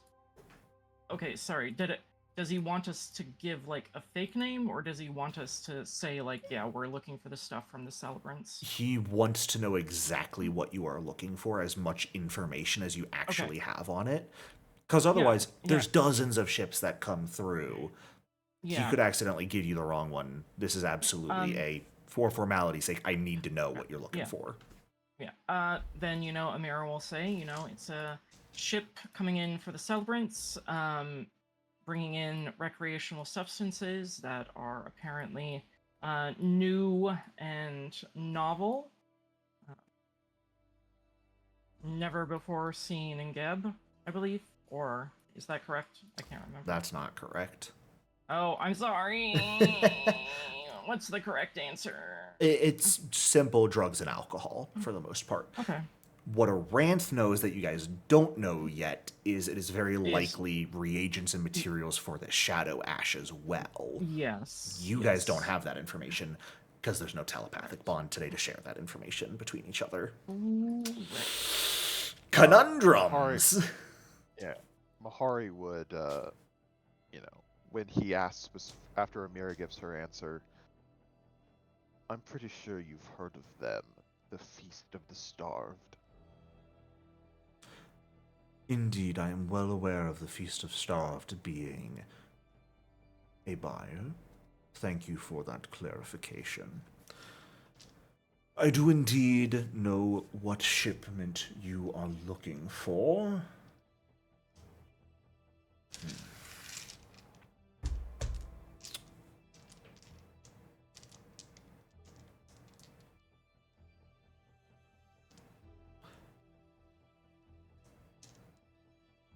You said that, forgive me, simply satisfying my curiosity a bit more. Of course. You are representing yourselves in this matter, no backers behind you, either individual or organizational, correct? Yeah, that is correct above table, right? We're just doing this for Yeah, our own you guys are doing this for investigation? yourself. Okay, Yeah. yeah. If he knows who you guys are realistically, he's probably asking, like, are you doing this on the behalf of Lord Vethis? Are you doing this on the behalf of the Builders League? You can tell the subtext that he's going for. It's for our own sake. Indeed. Well, forgive me for being blunt in this matter, but getting on the bad side of the celebrants, a daring move. Have you the strength, physically or politically, to back up your appetite?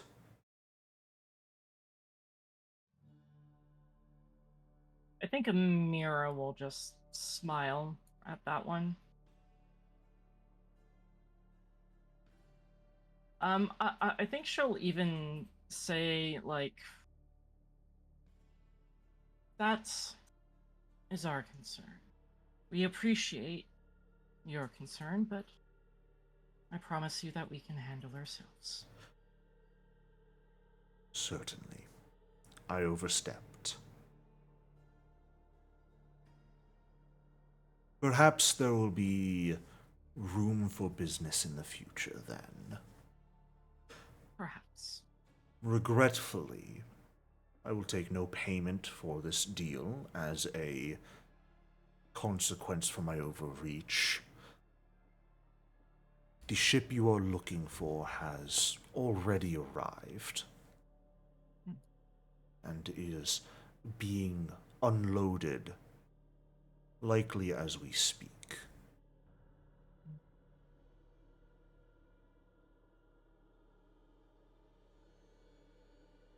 Can I do a sense motive on this Certainly. gentleman to see if I believe him? Yeah, absolutely. Would I get my eye slash, or would this not apply? Yeah, you get eye slash on this. Okay. Sense motive absolutely includes visual.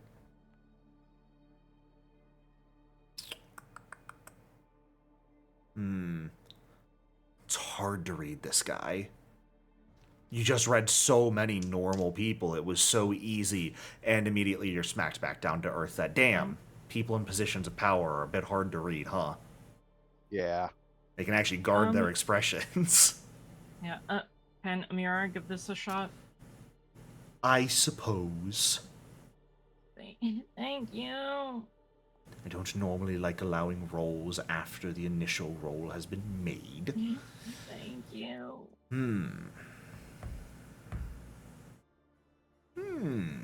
He seems to actually be quite honest with you here, Amira. I think with that roll, you're actually going to understand the subtext he was going for a moment ago, in that he was perhaps interested, if you guys did have actual power, in making a more mutually beneficial deal between you guys. But based off of what you said, he seems to have let that ship sail for now. Whether that will remain the case in the future or not remains to be seen.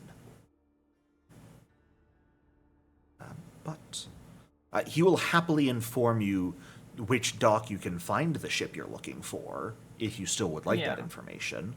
Yeah, I mean, mostly this is to try and get information on Jackal, so whether or not we can actually get this stuff is secondary. Absolutely. He will certainly inform you which dock it is at, which would specifically be this dock. Dock number 4. Well, Okay. is there anything else I can assist you with today? That should be fine. Thank you for your time. Of course. I look forward to a potential future dealing. Perhaps one where actual coin will exchange hand. The exchange of coin is always desirable. And he will float up and press the sigil on the wall once more, which will cause the door to swing open. And actually lead you guys down the hall towards the front of the building once more. And lead you guys out of the Midnight Exchange and back into the busy, busy streets of Mekatar. Okay. Jericho, what was his name again? How do you spell it? Gavra. Ghavra.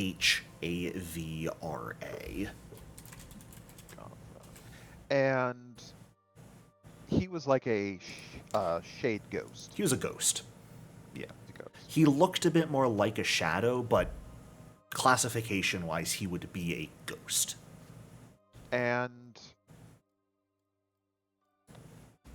He's a monk. he's a monk. Yeah. Nice. But his position in the export guild, He didn't tell you. You don't know. Okay. You just know he's theoretically someone in a decently high position within the guild.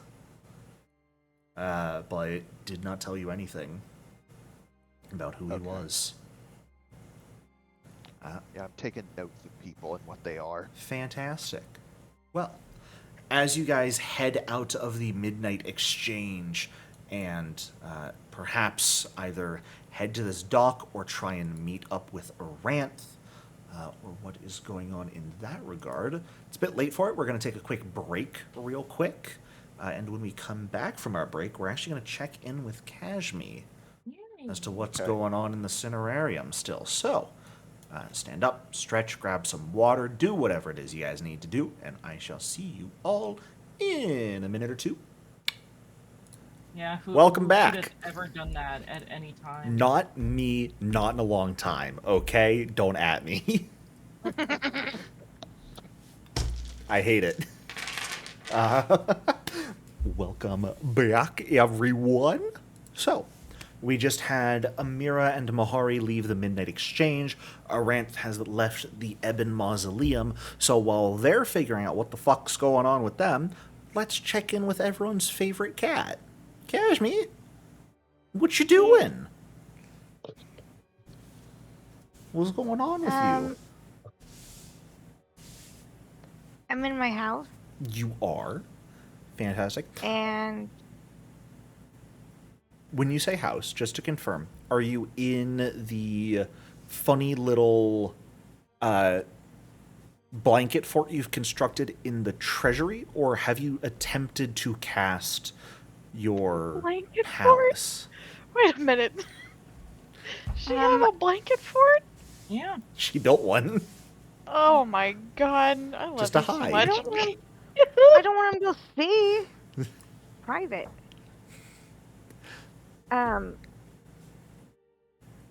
She'll probably not. Do you think I would know that, like, I probably shouldn't cast magic in here, or it's gonna explode on me or something, or do I think that? I mean, you could Like, can I probably do it? think of that if Kashmi were in her right mind. I'll also let you know, if you try and cast it, it simply will not work. We got some funny anti-magic going on in this treasury to prevent, at the very least, teleportation and extra-dimensional spells from being cast. Because Yes, otherwise, anyone could just teleport in, grab shit, and get out. And that'd be bad for a treasury. I mean, whatever. For someone who has a lot of wealth and powerful items here, and put a lot of money and time into the defenses, if someone could just teleport in, fill up a bag of holding, and teleport out, that wouldn't go well. Geb would be broke in no time. Yeah, within the day. So, you could have certainly attempted to cast it if you would like, but the spell would not have activated. Blanket fort it is. Okay. Did Kashmi get sleep last night, or has she been awake this entire time? Kashmi doesn't really sleep. She catnaps. Okay. So, I did not take a long rest. Gotcha. Fatigued it is.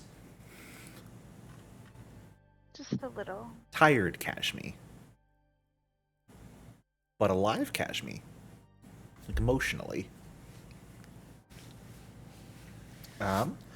Has anything changed for Kashmi? You've now been in here not quite a full, but approaching 24 hours. You've probably been here about 18 to 20 hours at this point, sitting in your fun little blanket fort with the box. I'd opened it. You have? Yeah, I'll open it. Okay. You open the box, there is a leathery scrap of grayish black and blue wing membrane.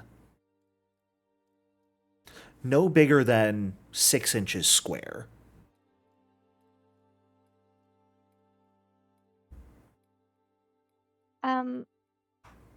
I'll take it out Okay. and bring it to my face. Which is stupid. I know I'm probably gonna get some fucking rot or something and be ugly forever. But I think instinctually I'm gonna put my cheek on it. Yeah. You pick it up, hold it. It's cold to the touch. Place it up against your face. It's real. At the very least. I mean, I'm also cold to the touch, so Yeah. I don't think I mind at all. Fair enough. And then I'm probably gonna ugly cry for like 4 hours. Fair.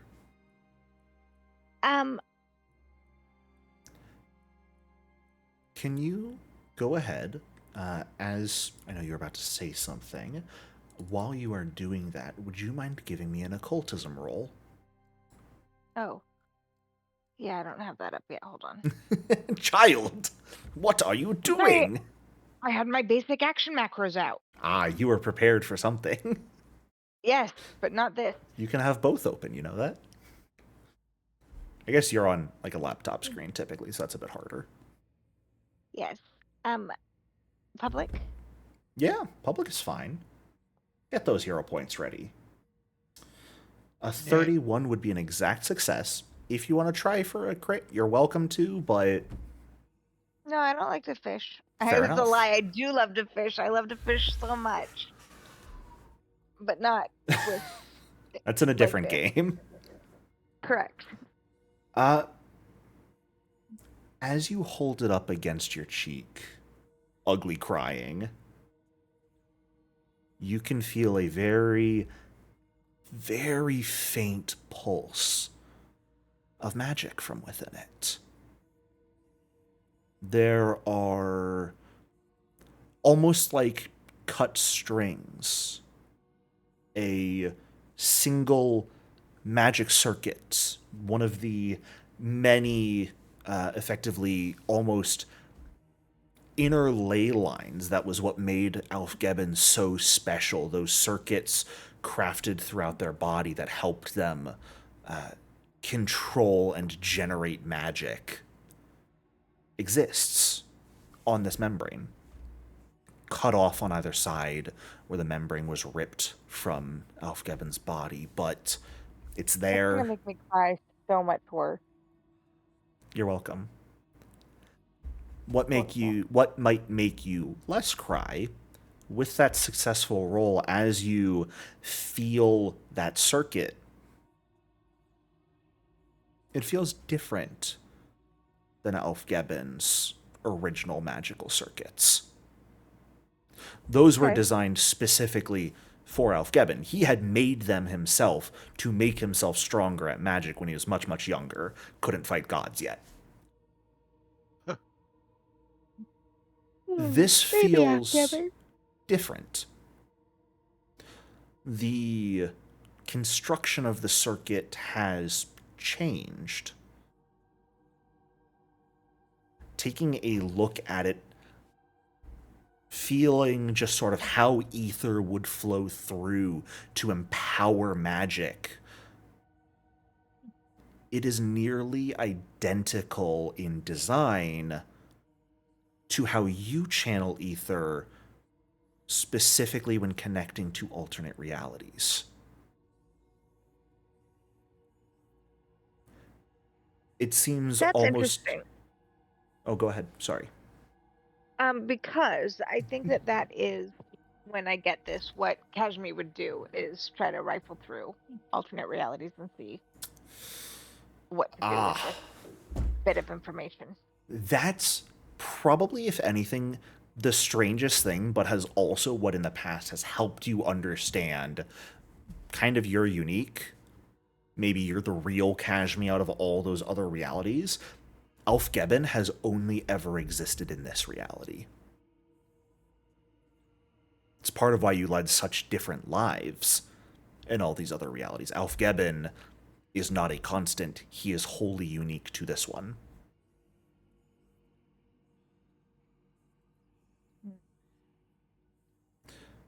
Did I know that before now? Yes, that's been something you've known.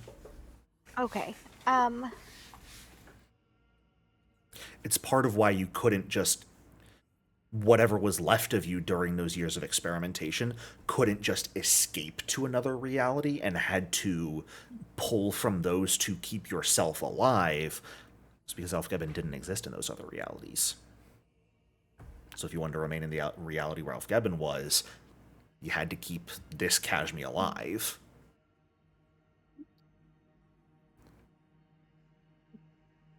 Is this a kindness or a cruelness that Geb has given me this? Because it kind of feels like both. Is this a question in character or above table? Just so I'm aware. Well, it depends on your answer. I'm going to ask you above table. Above table. This is a good thing. Okay, then Kashmi will probably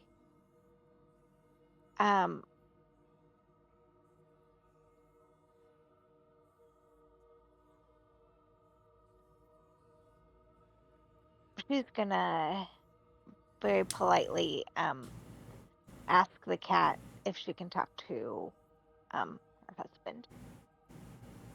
If you can talk to Geb. Yes, please.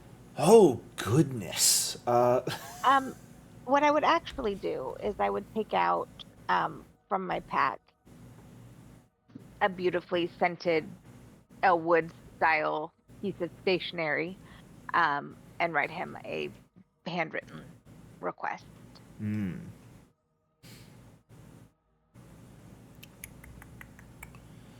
That this feels. Go ahead. Give me a diplomacy check to see if you can convince this cat, who's supposed to be here and waiting for when you're ready to get this all registered through Dazan, to take a letter to Geb himself instead. A 38.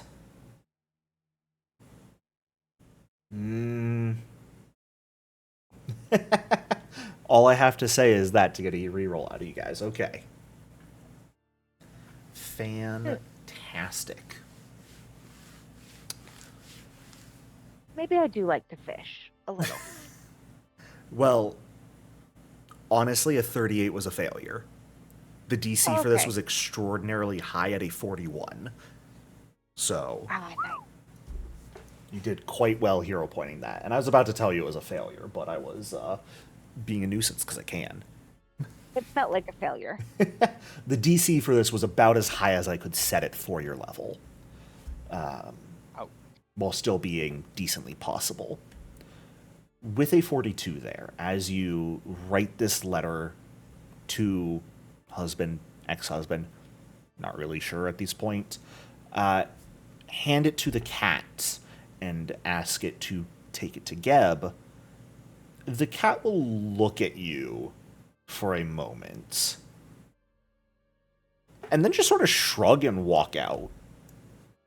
Was it the strategically left earmark on it that did it for him? Maybe. Who knows? As that really, who knows? As it walks out, though, the letter, like one of the guards actually reaches down to take it and read it. Before the guard can grab it, the letter pulls itself out of the cat's mouth and vanishes.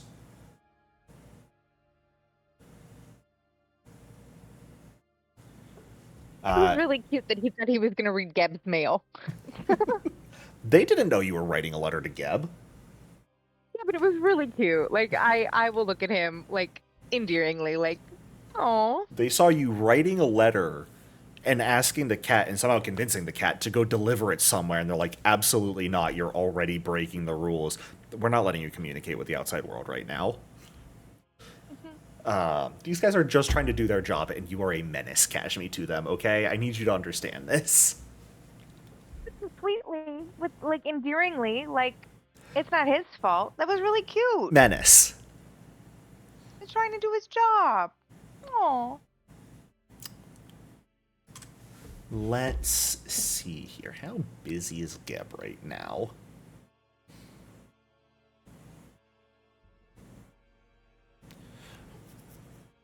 Not busy enough that he can't make time for his wife. Yes.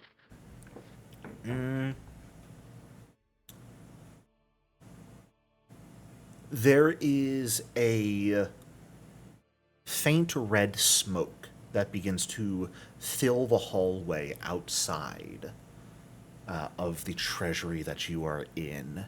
And as it reaches about shin height, all of the guards, all 10 or so of these knights that were remaining outside waiting, fade into invisibility. Oh, go ahead. Do I feel good about it? Does Kashmi feel good about it? It's red mist filling the hallway.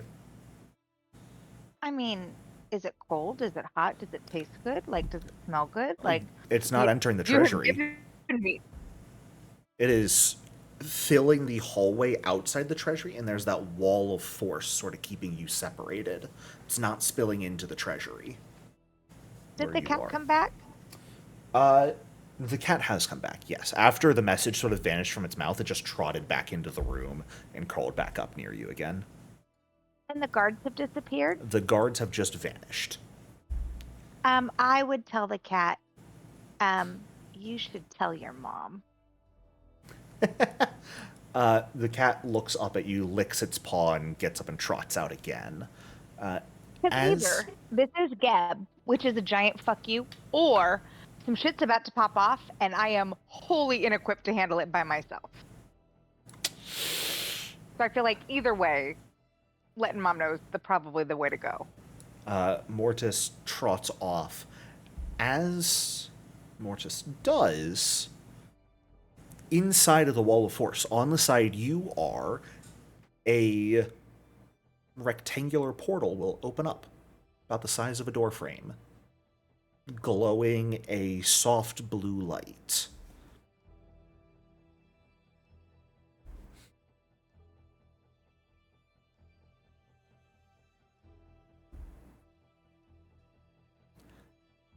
I have to tell you, Kashmi was told to stay in place, and while she is wholly defiant, she's also secretly a rule follower. And the rules were very clear. Like, she doesn't want to be an asshole. She's not gonna like. And she has enough like rationality to realize that if she steps through this portal and it goes anywhere else but to Geb's room, she is gonna be so wholly fucked. And like, so she is not gonna go through the portal. Okay.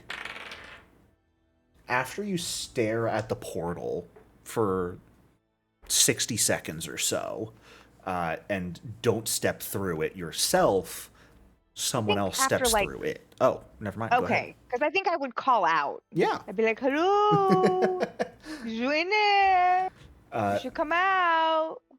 Regally stepping out of this portal, the man you met down effectively in the basement with your group yesterday, your husband of thousands of years ago, the Ghost King Geb, steps into the treasury alongside you. She is gonna get like a little high school flutter of like, oh, butterfly, oh, and then she's gonna try to play it super cool, like, so that he does not know. But like, I don't know if you've ever met Kashmi, but she does not like on the down low so well. With a passive perception a bit above 50, he notices. No, I don't know. You don't know.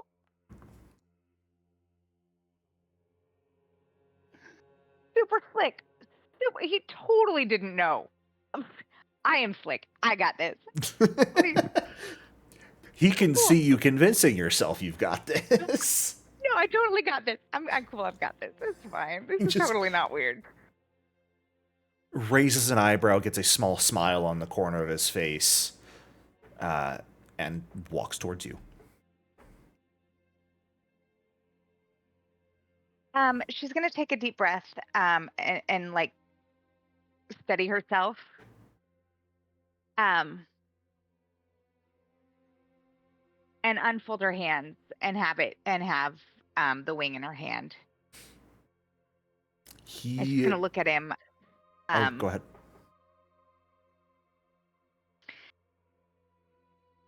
Like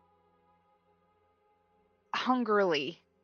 Like, he needs to explain this. He needs to explain himself, but like also, instead of being like sassy how Kashmi is, this is important. So it's like very heartfelt and very much. I need more from you than just this piece of something. This piece of him. He will stop as you unfold your hands and show him that. And again, expression very readable, so he pretty immediately understands. And he will just get a very sad smile on his face. He doesn't try and hide it. You immediately recognize it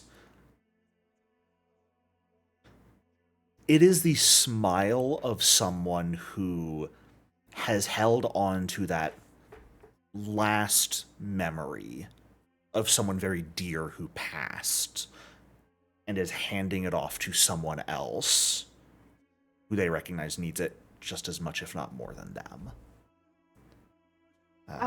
Seeing that, Kashmi will go to him and hug him. Okay. And hold him in that moment. He will hug memory. you back. He was actually going to hug you until you showed him that wing. He will hold you for a long moment, and just as he is hugging you, will whisper, "I'm so sorry. I miss him so much. I missed you too, Kashmi.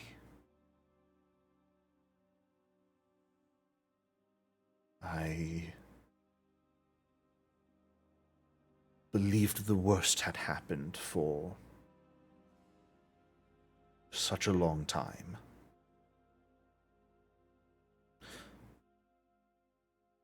I'm glad that you are okay."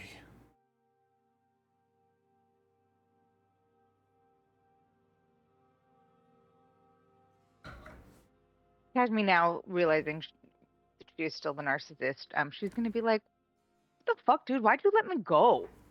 And then she's gonna be like, she's gonna remember and then be irritated and like take him off. Never mind. I have had my 2.5 pets. I'm exactly done. But I might ask the same or similar of you. What's this about another wife? I mean, let's be completely honest. She is certainly not my first other wife.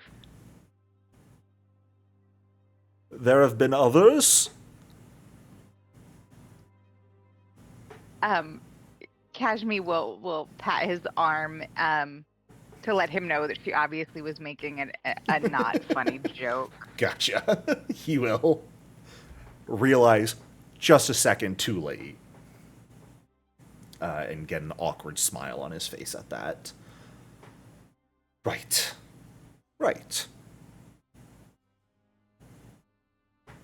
Well. So Kashmi will sit down, crisscross applesauce, pat the concrete floor next to her, the little pat, and smile up at him and say, "Tell me everything."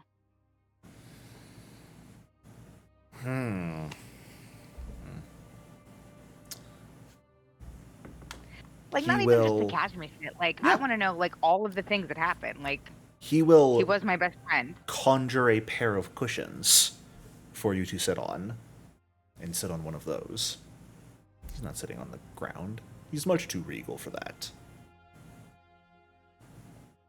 Kashmi stays on the ground, but we'll grab the cushion and put it in her lap. Fair enough. He scoots his cushion closer. I'm not going to give you massive lore dump of what Geb's been up to for the past few thousand years. But he will absolutely spill the tea as one does. Perfect. So he gave Kashmi a lore dump. Yes. And he probably Is keeps any it... of it salacious? It depends on what Kashmi would consider salacious. Does stealing the corpse of a herald and turning her into a lich count as salacious to Kashmi?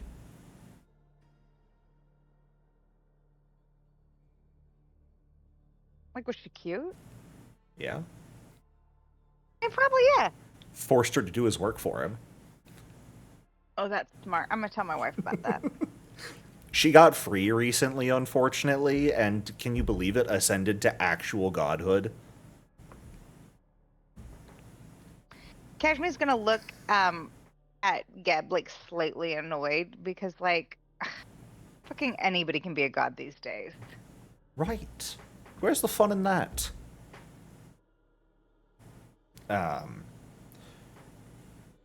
He doesn't go, like, super in-depth into everything. He is, unfortunately, a very busy man. As much as he would like to spare the time for you, he cannot spare days upon days right now. There's a bit too much going on in his world at this moment in time. But he will absolutely sit probably for 3 hours with you, chatting. And just ruminating, catching up, letting you know that Nex threw a fucking hissy fit at one point, and they fought for a while, and, you know, Nex is hidden away since then. Like a little bit. Right. That makes... He joined the party late, and then ran away when he lost. I'm taking my toys. I'm going to go home. What a loser. Right.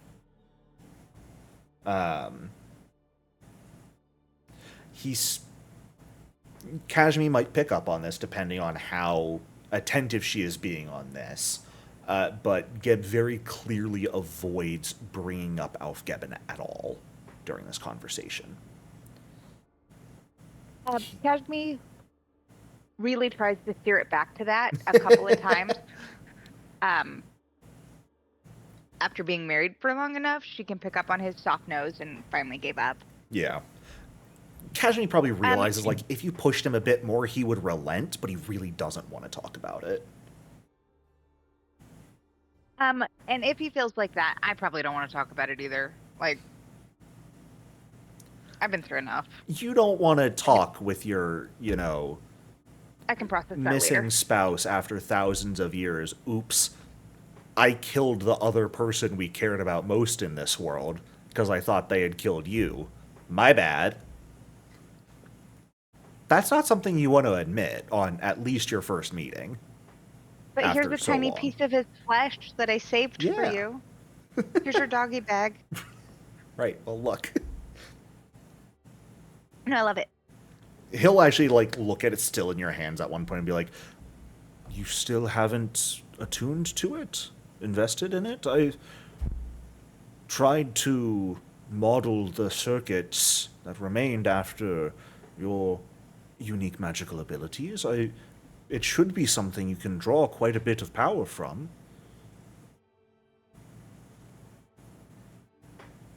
So real talk, that stupid dumb lady. I mean, I'm super probably, like, real, honestly, like, very good at her job.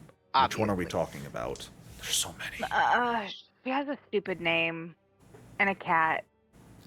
Dijon, the mustard girl. Yes. Dijon is mustard is now canon to Makatar, and Geb absolutely makes fun of Dijon by calling her mustard girl behind her back now. That gives me joy. That is now her only name. You know what? That is fantastic. Geb, I like Geb more and more every passing minute. Thank you.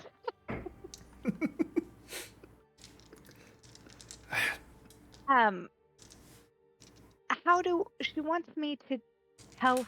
She wants me to tell her what it is so she can write it in her stupid book. How do I tell her it's a piece of my heart?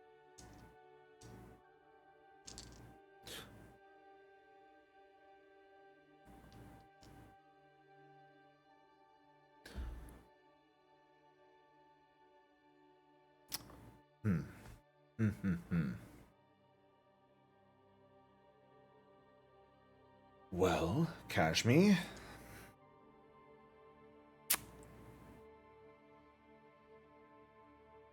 How do I put this?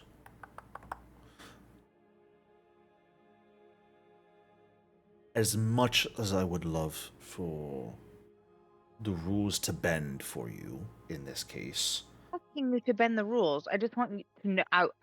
I'm asking you how you want me to log this piece of sacredness. well, it takes her approximately 3 seconds to note things down. She's really quite quick about it. The good news is, you haven't picked up on it. There's an illusion on that, Kashmi. No one else can see what it actually is.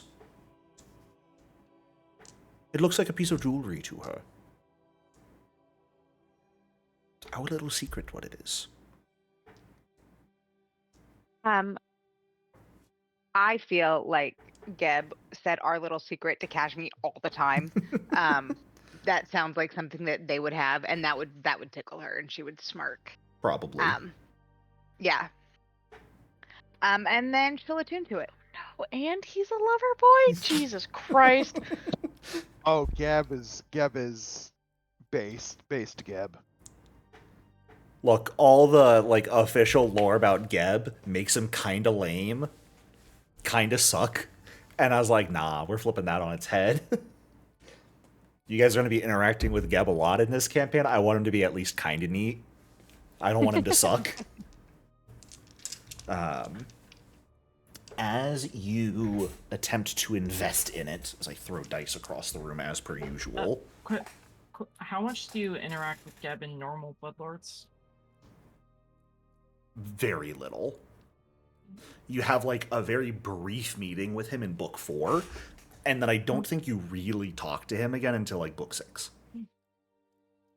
It's been a long time since I fully read through those books to know for certain. And But what he's book are we very. technically on? We are near the end of book 4.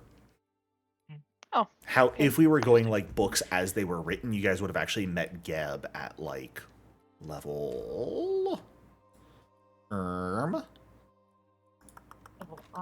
Yeah, level Well, you would have met him at level 11.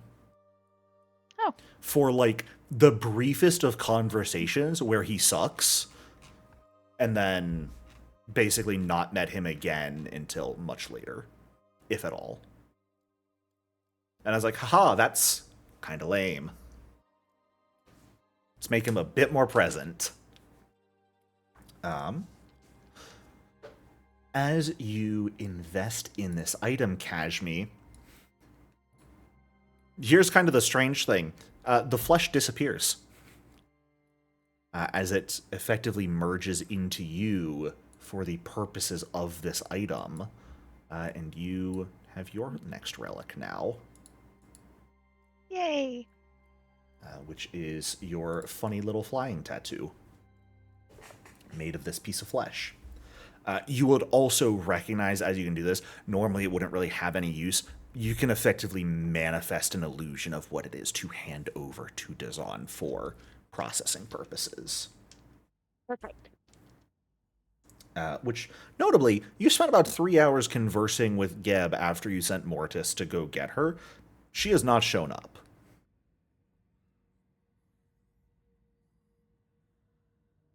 She's still gone.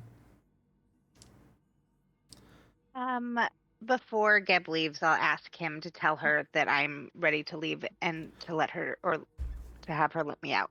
Oh, she's waiting patiently. Don't worry.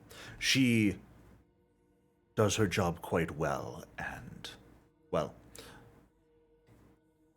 when I tell people to go away, they go away. So she's been waiting, putting other work on hold.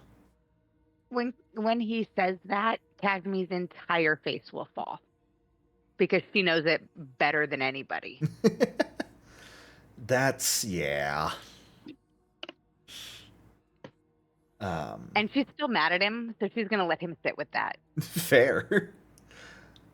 He will stand up, brush his knees off, even though he's a ghost and those knees never touched the floor. But, like, the old man of standing up, brushing your knees off, and will offer a hand to you up as well. I will allow him to help me up. I will thank him for his time because I still recognize he has the whole fucking nation to run. I am... And tell him that we should get dinner sometime. Certainly. I am very sorry that I cannot just bring you fully back into the palace and have everything be us in charge, but it would cause some problems.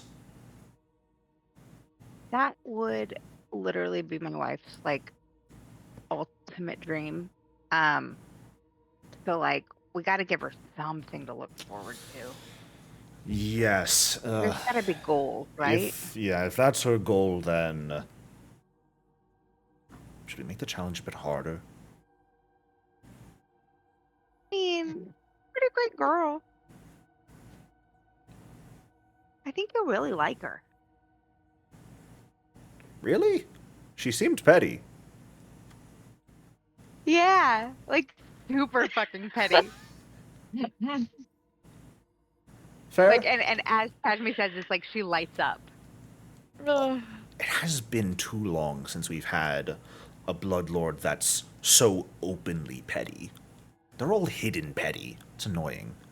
And Be it's nice to have hilarious it be. because, like, you could be talking about Amira or Aranth here, which is the best thing. But we all know that she's talking about Amira. No, Do I we? think we are the most transparent bloodlords. Like, Yeah. For good or ill, what sort of change this may bring to the nation, who's to say? But he will eventually, after saying goodbyes to you and having that conversation, will open that portal once more and step out, at which point the red mist will fade, those 10 guards will reappear outside, and after about 2 minutes, Dazan will make her way into the treasury as well. Funny little clipboard in hand, Mortis back up on her shoulder. So, you are prepared enough to allow me to take a look at this? Padme Log it? now, after having processed all of her emotions, realized she was maybe just the slightest bit impulsive and maybe just the slightest bit unreasonable. Like, not unreasonable. She was like pre-reasonable. Look, you took a regular 12 to 12 worker and just made their life harder. Correct. And Kashmir realizes this. So Kashmir will genuinely apologize for having too big feelings and needing a whole last minute. And genuinely tell her they're gonna really appreciate, because I also realized that taking Geb out of his day for 3 hours probably fucked her whole day up too. A little bit. So here's the present, ta-da! But also, girl, I owe you some cookies. She will take it, very rapidly log it, and hand it back. And as you state your apology, she will look at you. It has been a long time since someone has been so open with feelings here in the Cinerarium. Whether that is a good or bad thing, it's not my place to judge or say. Truly no ill will. You are not the only Exactly. person that has made the process a bit longer than normal when it comes to blood claims. You would not believe the stories I have for some of the other bloodlords in their younger days. Watch me all smirk and remember all of her past lives and stories that she's heard and smile and kind of have a knowing. I can imagine. She's gonna reach out to hug her and then think better of it, step back and like stick her hand out kind of a little too forced and a little too straight to shake her hand. She will shake your hand in return, and then lead you out of the Cinerarium. And just for simplicity's sake, we will say this finishes up around the time Aranth is finishing at the Ebon Mausoleum, and Mahari and Amira are finishing at the Midnight Exchange. So if you guys wanted to, you could all choose to meet up. Amira and Mahari, the two of you know that theoretically the shipment you're looking for is in harbor right now. I feel like it would... At least this is what Amira would suggest to Mahari, that we wait for the rest of the crew to get together. Oh yes, a divided pack is a pack that will soon fall. Okay. Does Kashmi, send a message to Amira saying, hey, I'm back? Of course. Okay. Honey, I'm home. Oh, hey, yeah, Mahari and I just got finished up with some investigations at the docks. Aranth should be finished up with her stuff. We were gonna meet up at blah, blah, blah, blah. So if you want to meet us there. Meet up at Pierre's for drinks. Maybe Probably not not. for drinks, but just, yeah. Hey, honestly, Busy with it's some other stuff. not a bad place if you were planning to meet up with Aranth, because that's kind of in the middle of where the both of you were going. Yeah. Unfortunately, you can't send, telepathic bond, hey, no, we gotta be at the docks right now. Yeah. So we can absolutely say you guys all meet up at Pierre's, which Kashmi has yet to be to. Fantastic.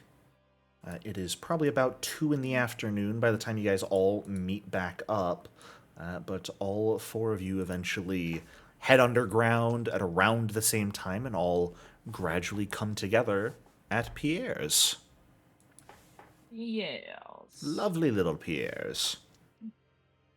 I'm We're gonna. okay with French people now. I haven't given him Yeah. a French accent, so I think that's where Correct. the Correct. line is drawn. Exactly. When you said Pierre, I had a moment and really had to decide how I Yeah. felt about it. What if he's actually French and he's just masking it? Good for him. I would mask it too. Feel his shame. Because, listen, it's very possible that Mekatar got wind of some fucking maniacs massacring an entire All the city French. of French people, and he felt the need that he has to mask himself in public. So, who knows? Maybe Pierre does have a fucking French accent, and we are I would love betraying that the so values much. that make us a group. Crypto French. That's what brings this group and keeps it together. The glue that binds us. Hate for the French. Yeah, they're not people. To any viewers who may be watching this random video at this point in time, if you are French, we don't want you. No, Right. it's a joke. We don't actually hate French people. Yeah, in a Yes. previous episode, we ran into some French undead, and we This just is- couldn't tolerate them. Entirely for the joke that the French don't deserve to live. But if you're French... Not Gab. Oh god, what would you have done if I gave Geb a French accent? Oh my god. Oh my god. Man, I could have caused problems. I can't believe I didn't think about exactly this. why I left him. That's why I hate the French. Fantastic. So the 4 of you come together. It is early afternoon. There is theoretically this shipment being unloaded at the docks. You don't know how long that'll last or how long it'll take, though. but all of you have come together. You have things to talk about, things to share. Kashmir, you're able to pull out the wand and up the telepathic bond if you would like. Now that you are all back together. I will do that. First things first, I'm going to reach out and hug and kiss my wife. Because I know she Yay. probably had a lot of anxiety about me being just off, starting She was- problems. She was doing her best to try and, keep it under control.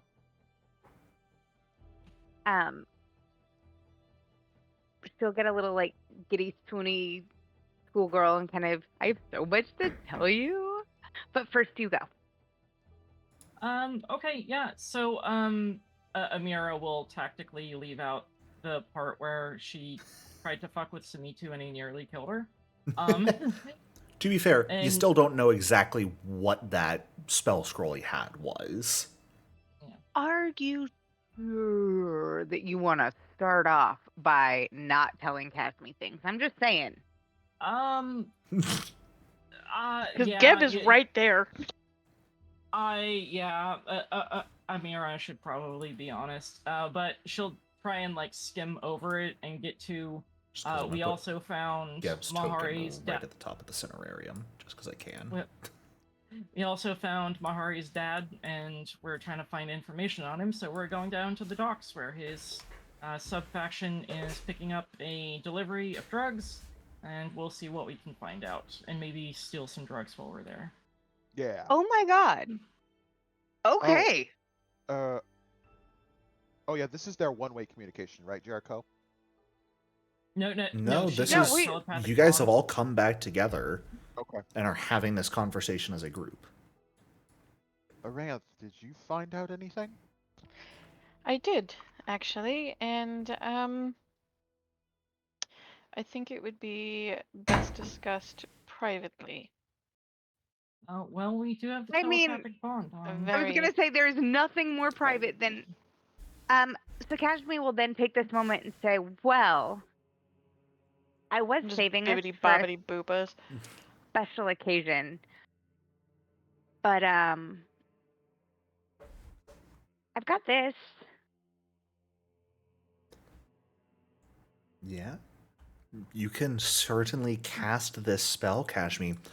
What does it look like when you cast it?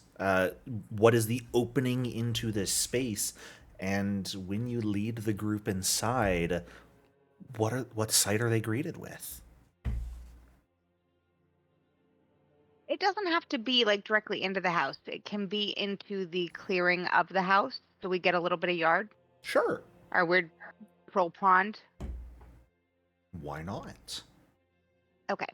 So then there's just going to be this little green spark that's going to pop like a poof in the air and then drop to the ground and start to grow. It's going to grow and grow and grow and grow into a doorway that's going to be just a little uncomfortable for Mahari because I think that that's funny, but completely comfortable for everybody else. There's always the floor. And then I will give Mahari a scruncheon and look at Aranth and take a deep breath, like and like recognize that she really kind of looks like shit. She looked like she got tore up last night, but also I really love her, and so for the first time in Kashmi's entire fucking life, she is not gonna tell Aranth how much shit she looks like. And she's just gonna just character development right there. Right? The Kashmir development we've been waiting for over 80 episodes. Oh my god. For her to be nice to her friends. Imagine. Just take a deep breath and just give you a hug.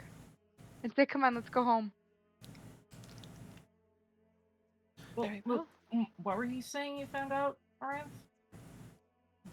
Are we inside Well, the... Kashmir's leading you guys into your home now. Oh, right. Sorry. Now, Kashmir, I do have a question for you. That last little bit of the spell allows you to create servants for your extraplanar mansion that can have God. an appearance of your determination. Are you making just generic servants, or do you make them to look like the people you guys know about? Nabumi, Lixil, Falathel, Kalak, etc. I think that it's really, really, really adorable that you even asked that question. Eh, Nobody else can be in the house. It's their home. What are you like? That's such a blasphemous thought. It's not home unless it's filled with her family. Fair enough. Had to put it out there. Because they are not real, I wasn't certain if Kashmir would want them there or not. The way Amira responded to Lixel's death, Kashmir will take. Kashmir thinks that good enough is good enough. Fair. As you all step through this planar entrance, you are greeted by a sight both familiar and so nostalgic. Building of beautiful red brick and bone construction with a massive sort of red glass dome almost on the top, looking like a melting heart. A small field surrounds you guys that looks like it goes all the way to Greydirge and the surrounding countryside. Not that you can actually access it, of course. This is not a teleportation spell, as it might seem to some of you at first. But you find yourselves standing in front of the front doors of Kalak Manor, just as you remember it. Our gargoyle guys are gonna call out to you. Prince Frederick, can't remember their names. Prince Frederick and Baron Wilhelm right, yeah. right. No, it was Princess Frederick. is Princess Yes, Frederick and Princess Baron Frederick. Wilhelm. Yep. Yes. They will call out to us. And like it's still Kashmir's planar palace, so like everything's super clean and shiny, and like all of the flowers are just a little bit glittery. It's how she remembers it. Yeah. All the people you guys remember are inside. Maybe setting the table right now for dinner, what'll be later. You've got Falathel, you've got Nabumi, Argon the Annihilator, the Hand itself, the little Doru Smoke, Kalak, that funny little undead painter that you kept cooped up in the basement, making art for you guys to sell. Look, Lixil. he enjoyed it. Hey, I'm not judging at all. Smurtlebin, the little house guy that you convinced to abandon. I forgot about him. His witch lady. Yeah, Fuck yeah, we did that. Iron Tavaya when you got Nabumi also. All of these faces, so familiar.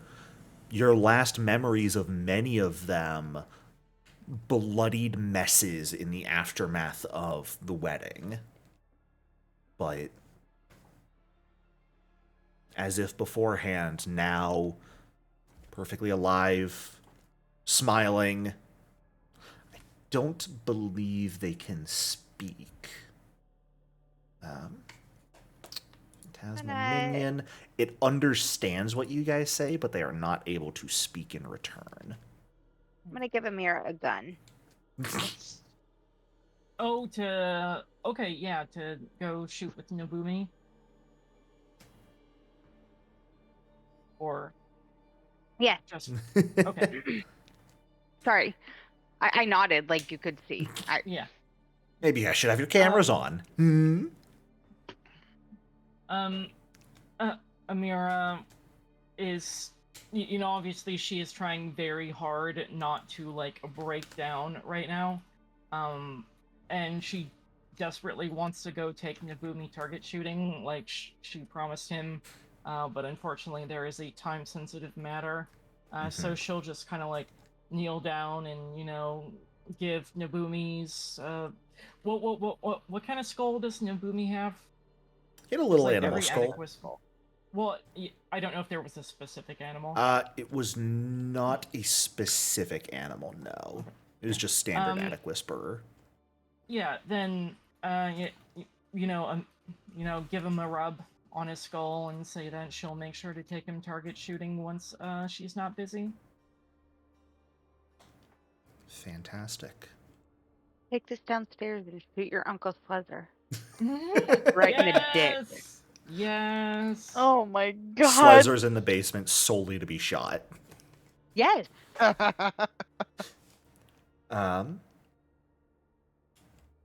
While you guys are here, Aranth, just a question: do you show Kashmir your wings at all, or do you keep those hidden for now? I think they're quite pretty, so I think Kashmir would admire them with me. And so she's like, I know I look like shit, but look what I can do now. Oof. Her wings kind of unfurl from her back panels. Kashmir, still being Kashmir, didn't have that much character growth and is pretty irritated that you are not amazed by this that she has done for you. Like, you ungrateful fucking bitch. So she's gonna unfurl her wings and be like, what? Everybody can fucking do that. Come on. And she'll grab Amira's hand. Oh, you have wings now. Okay, cool. Specifically, Oh, hey. because of her new item, Kashmir is able to... Granted, they're not really permanent wings like Aranth's, but Kashmir is able to cast dragon wings once per day, which are a very sort of leathery, draconic in appearance wings. If there was any way that I could make my wings hit Aranth in the face, that would be the pinnacle of Kashmir's moment. That's just that's karma. That's the universe balancing itself. Just as they unfurl. I'll leave that up Yes. to you guys to determine between yourselves. Hey, I will not Jericho. arbitrate that, as Aranth is sad that she's not the only one with wings, I think. I mean, I was very mean to you. You can let me not hit you in the face. She's so sad. No, I'm really sorry, Aranth. I was gonna say, oh, Kashmir would notice. No, she won't. She's so mad that you weren't like. I'm sorry, Aranth. I thought they were cool also, and I wanted you to have the opportunity to show them off to your friend. I underestimated how much character growth Kashmir actually had. I mean, I was only in the room for a day. Look. How much self-reflection can I do? I was trying to give you some credit. I realize now that was a mistake. I'm sorry. That was a mistake. She doesn't get to be the prettiest and the smartest and the most liked. Like, she can't have it all. Somebody has to bully her a little. You think She I'm bullies everybody pretty? else. Well, okay, No. fair, I guess.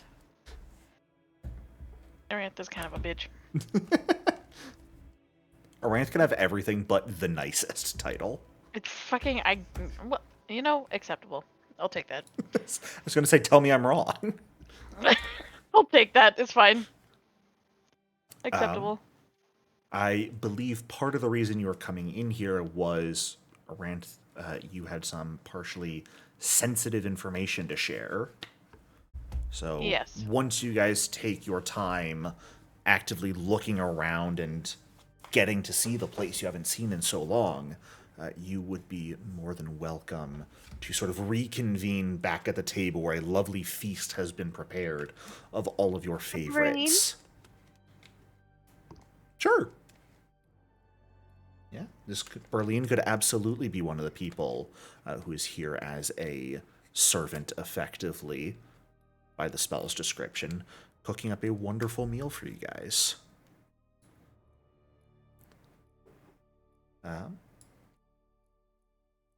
Mahari realizes he's the only one in the group who has no method of flying. And Well, as Kashmi walks away, she'll hear Mahari give like a yip laugh howl, which by this point she will recognize as him saying shit. That will pull Kashmi out of her attitude, and she will immediately go back to check on Mahari. Sorry, just realizing that I'm the only one who can't fly now. Oh, Have to remedy well, that. that's okay. We'll get you a broom. A what? Kashmi will give a giant smile. I don't know if witches fly on brooms here, but flying they do enough broomsticks and are enough. absolutely an item. Perfect. Then we'll get you a broom. It's not a fast way to Or do fly. you want wings? Do you want wings and a tail? Oh my god, that would be so fucking bad. Oh my god. Okay, we're gonna get Mahari wings. Real Damon hours over here.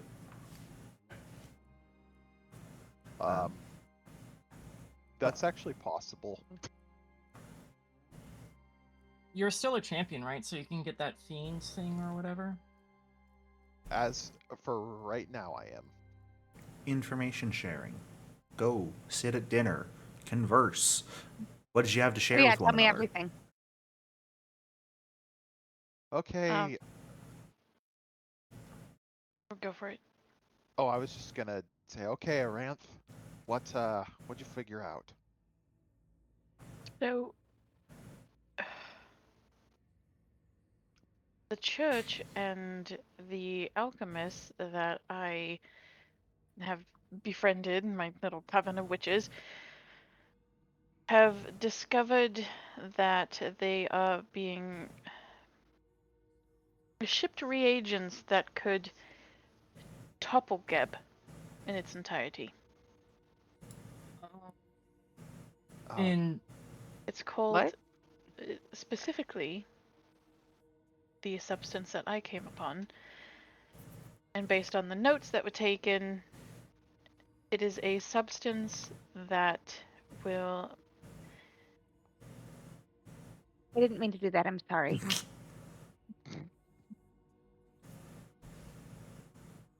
I don't know how to have her say this with like it being like mechanical to the game that they wouldn't fucking understand. It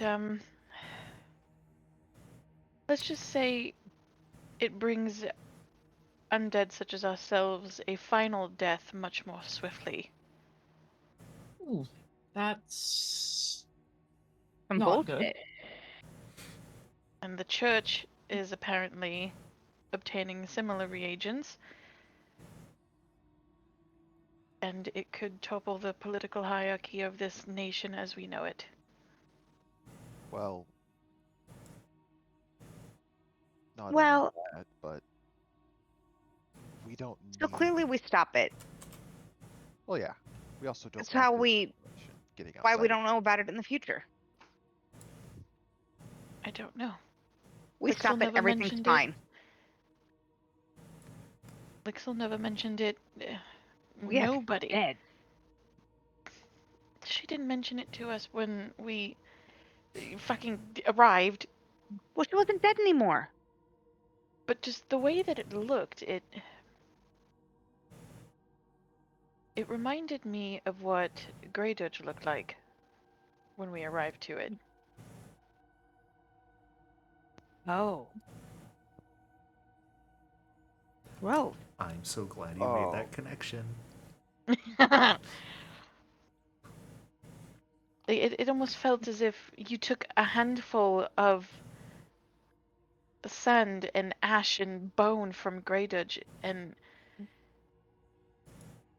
they're using it to create this magical property that you can apply to weapons or magic. Is it weapons or magic, or just... Yeah, it's Okay. anything with the death tree, effectively. So So- that would more so be magic, but certain weapons, very, very powerful weapons, can have abilities with the death trait, such as a Vorpal weapon. If the humans get their hands on this, I it could be hate the very bad. humans. Not just the Void humans, magic. any- That would normally not harm us. It could have the very real potential to fucking kill us. Fuck. not just the humans either, any Any other Blood political Lord or- scheming, yes. You know, if you had asked me a few years ago, I probably would have said good riddance, but now that I'm actually a nascent blood lord, I'd like to stay where I am. Is that a sense of responsibility that I'm hearing in your voice? A sense of self-preservation. See how far that goes.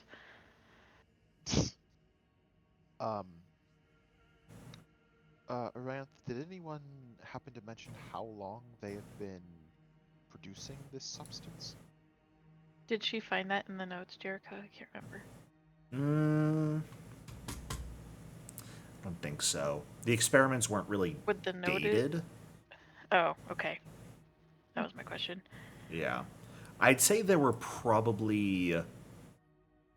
That specific witch had probably only done tests on 4 different variations. Like 4 small improvements that they had helped test. But you could also pretty easily make the educated guess. If that researcher had worked on it, they probably weren't the only researcher working on it. I forgot who was actually shipping it to them. That was 'Cause not that was listed. Okay. So Yeah. what you know, what Aranth knows... Because there's a faction. Yes, it mentioned. was the Feast of Starved, which was Okay. the sect of Urgathoan worship that Mahari had Right, asked there you we to look go. into. They sent, effectively, samples they had developed to the Ebon Mausoleum, who then ran some tests. And quite frankly, the researcher you knew only figured out what, like, the intended final use of this substance is because they're wicked, wicked smart and made a Oh, connection fuck, they so the- probably shouldn't have been able to. So the church probably has no fucking idea what they're experimenting with either. It's more so they probably do. They have Oh. their desired outcome. The researchers they're sending to test parts of it don't. Okay. A natural 20 from your friend caused them to make a connection and realize that was the purpose of it, that they weren't supposed to. Right. Okay. Jericho, Mhm. I know in the future, Kolo are brought in and mutated. Mhm. To Mahari's knowledge, that has not started yet, correct? Correct.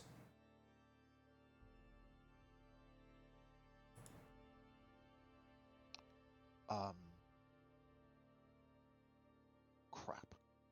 Do you all remember the Kolo we saw when we got out and were right before we met Asafan Way?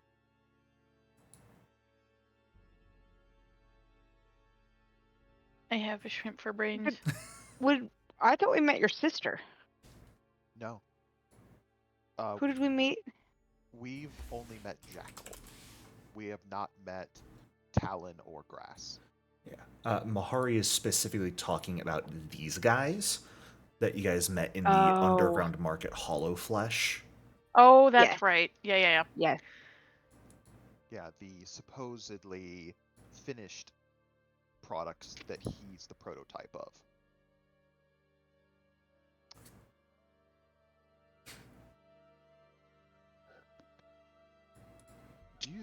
This is just a stretch, ladies, but do you think there might be any connection between this substance, its properties, and those... Mahari, your microphone. Do you think there's any possible connection between this substance, its properties, and those mutated Kolo we met in the future? Very possibly, if given what happened to Grey Judge is any indication, and that is just my theory. But granted, in the future, we are at war with Nyx again. Very possible that we may have to stop this before it gets into Nyx's hands. If they find out exactly what it does, well, unleashing it upon Geb would be a fucking field day for them. Jericho, Mhm. did the spacious pouch holding the Nexian weapon get obliterated during the bombing? That got sold to the black market. Yes. Okay. But we did have it when we went into the past. Like, it was Yeah. there. You brought it back with you. Oh no. Oh, no. Consequences Connections are of being I hate- made. I hate your little shit-eating knife cat grin. I hate it. Choices have been made with Consequences. unforeseen consequences. Of our actions. That's right. Everything was your guys' fault the whole time. Don't you just love it when a plan comes together?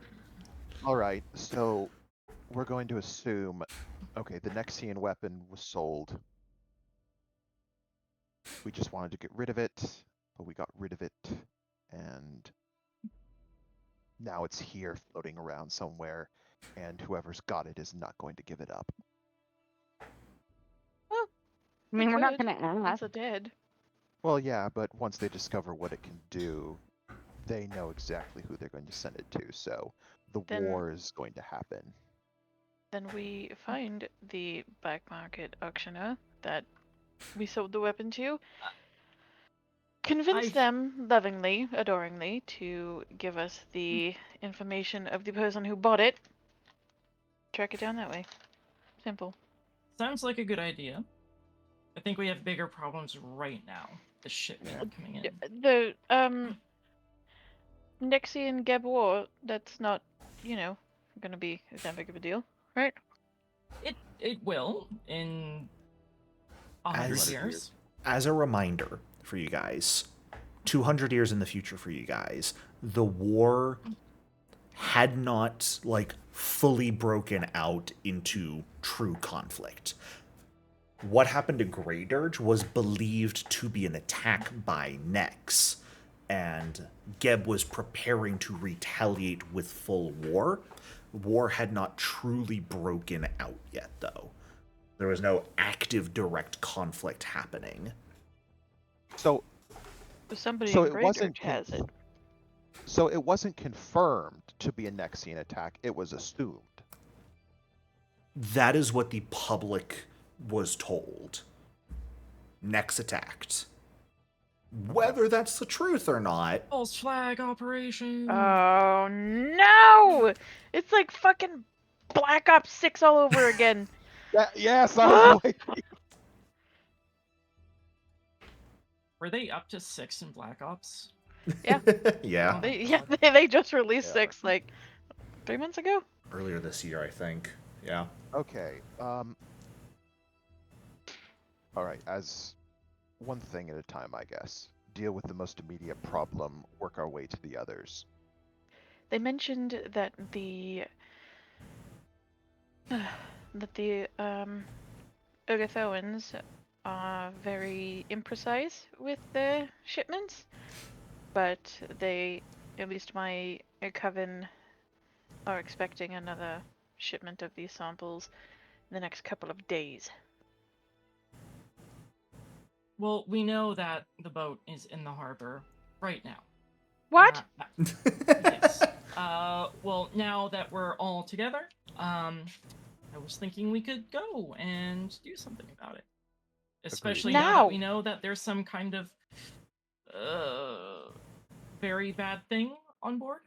If any more of this gets distributed, and if we don't stop it, bad shit will happen even more Yes. so in the future. Kashmi, can we get that talking in our heads thing going? It's already going. Yeah, she cast it when you guys met back up.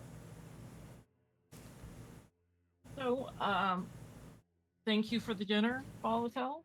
I think we need to get going. We do. Okay. Down to the dock. Kashmi's gonna run to the master bedroom and throw open the door to her closet, which now gives her all of the costumes. And she's gonna pull out her pirate costume because we're gonna go be pirates. Fantastic. All right. Well, hilariously enough, with this spell, once you leave, it's going to remain where it is. The entrance to it is now locked at Pierre's for the rest of today. It's funny. Oh, good. Now, I hope he doesn't mind. thankfully, the entrance is invisible to anyone but you guys. So Yep. no one can really access it, but hey ho, you've got a mansion attached to Pierre's bar. Sweet. The property Around- value is going down as we speak.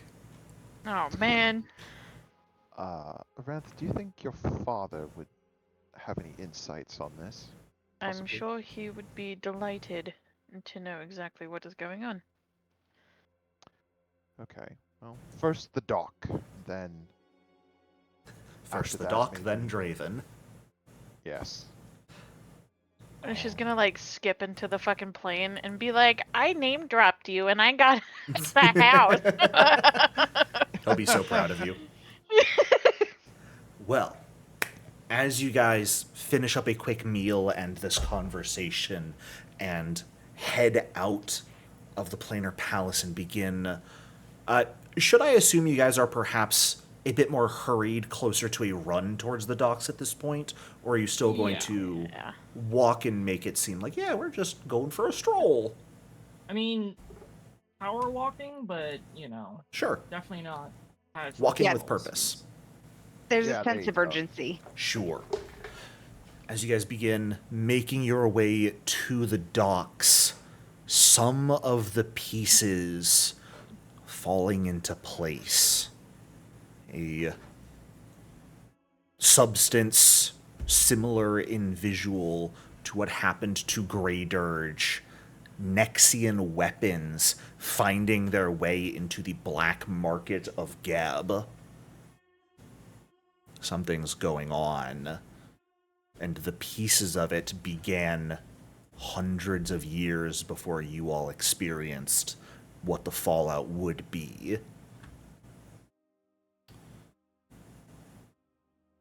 Some decisions may need to be made about whether you will attempt to do what you have been told by a theoretical expert in chronomancy, which is to keep things the same. What you've seen in the future has to happen. Or if you guys are going to be the ones to make a determination that perhaps things need to end differently. Can we just, like, collapse reality and start over? Well, we I have to can. tell you, it definitely would not be the first time. No, like Well, we you know. can, Aranth. We have the realm warp. Some decisions are going to have to be made. Consequences and what they may bring about will have to be discovered as we go.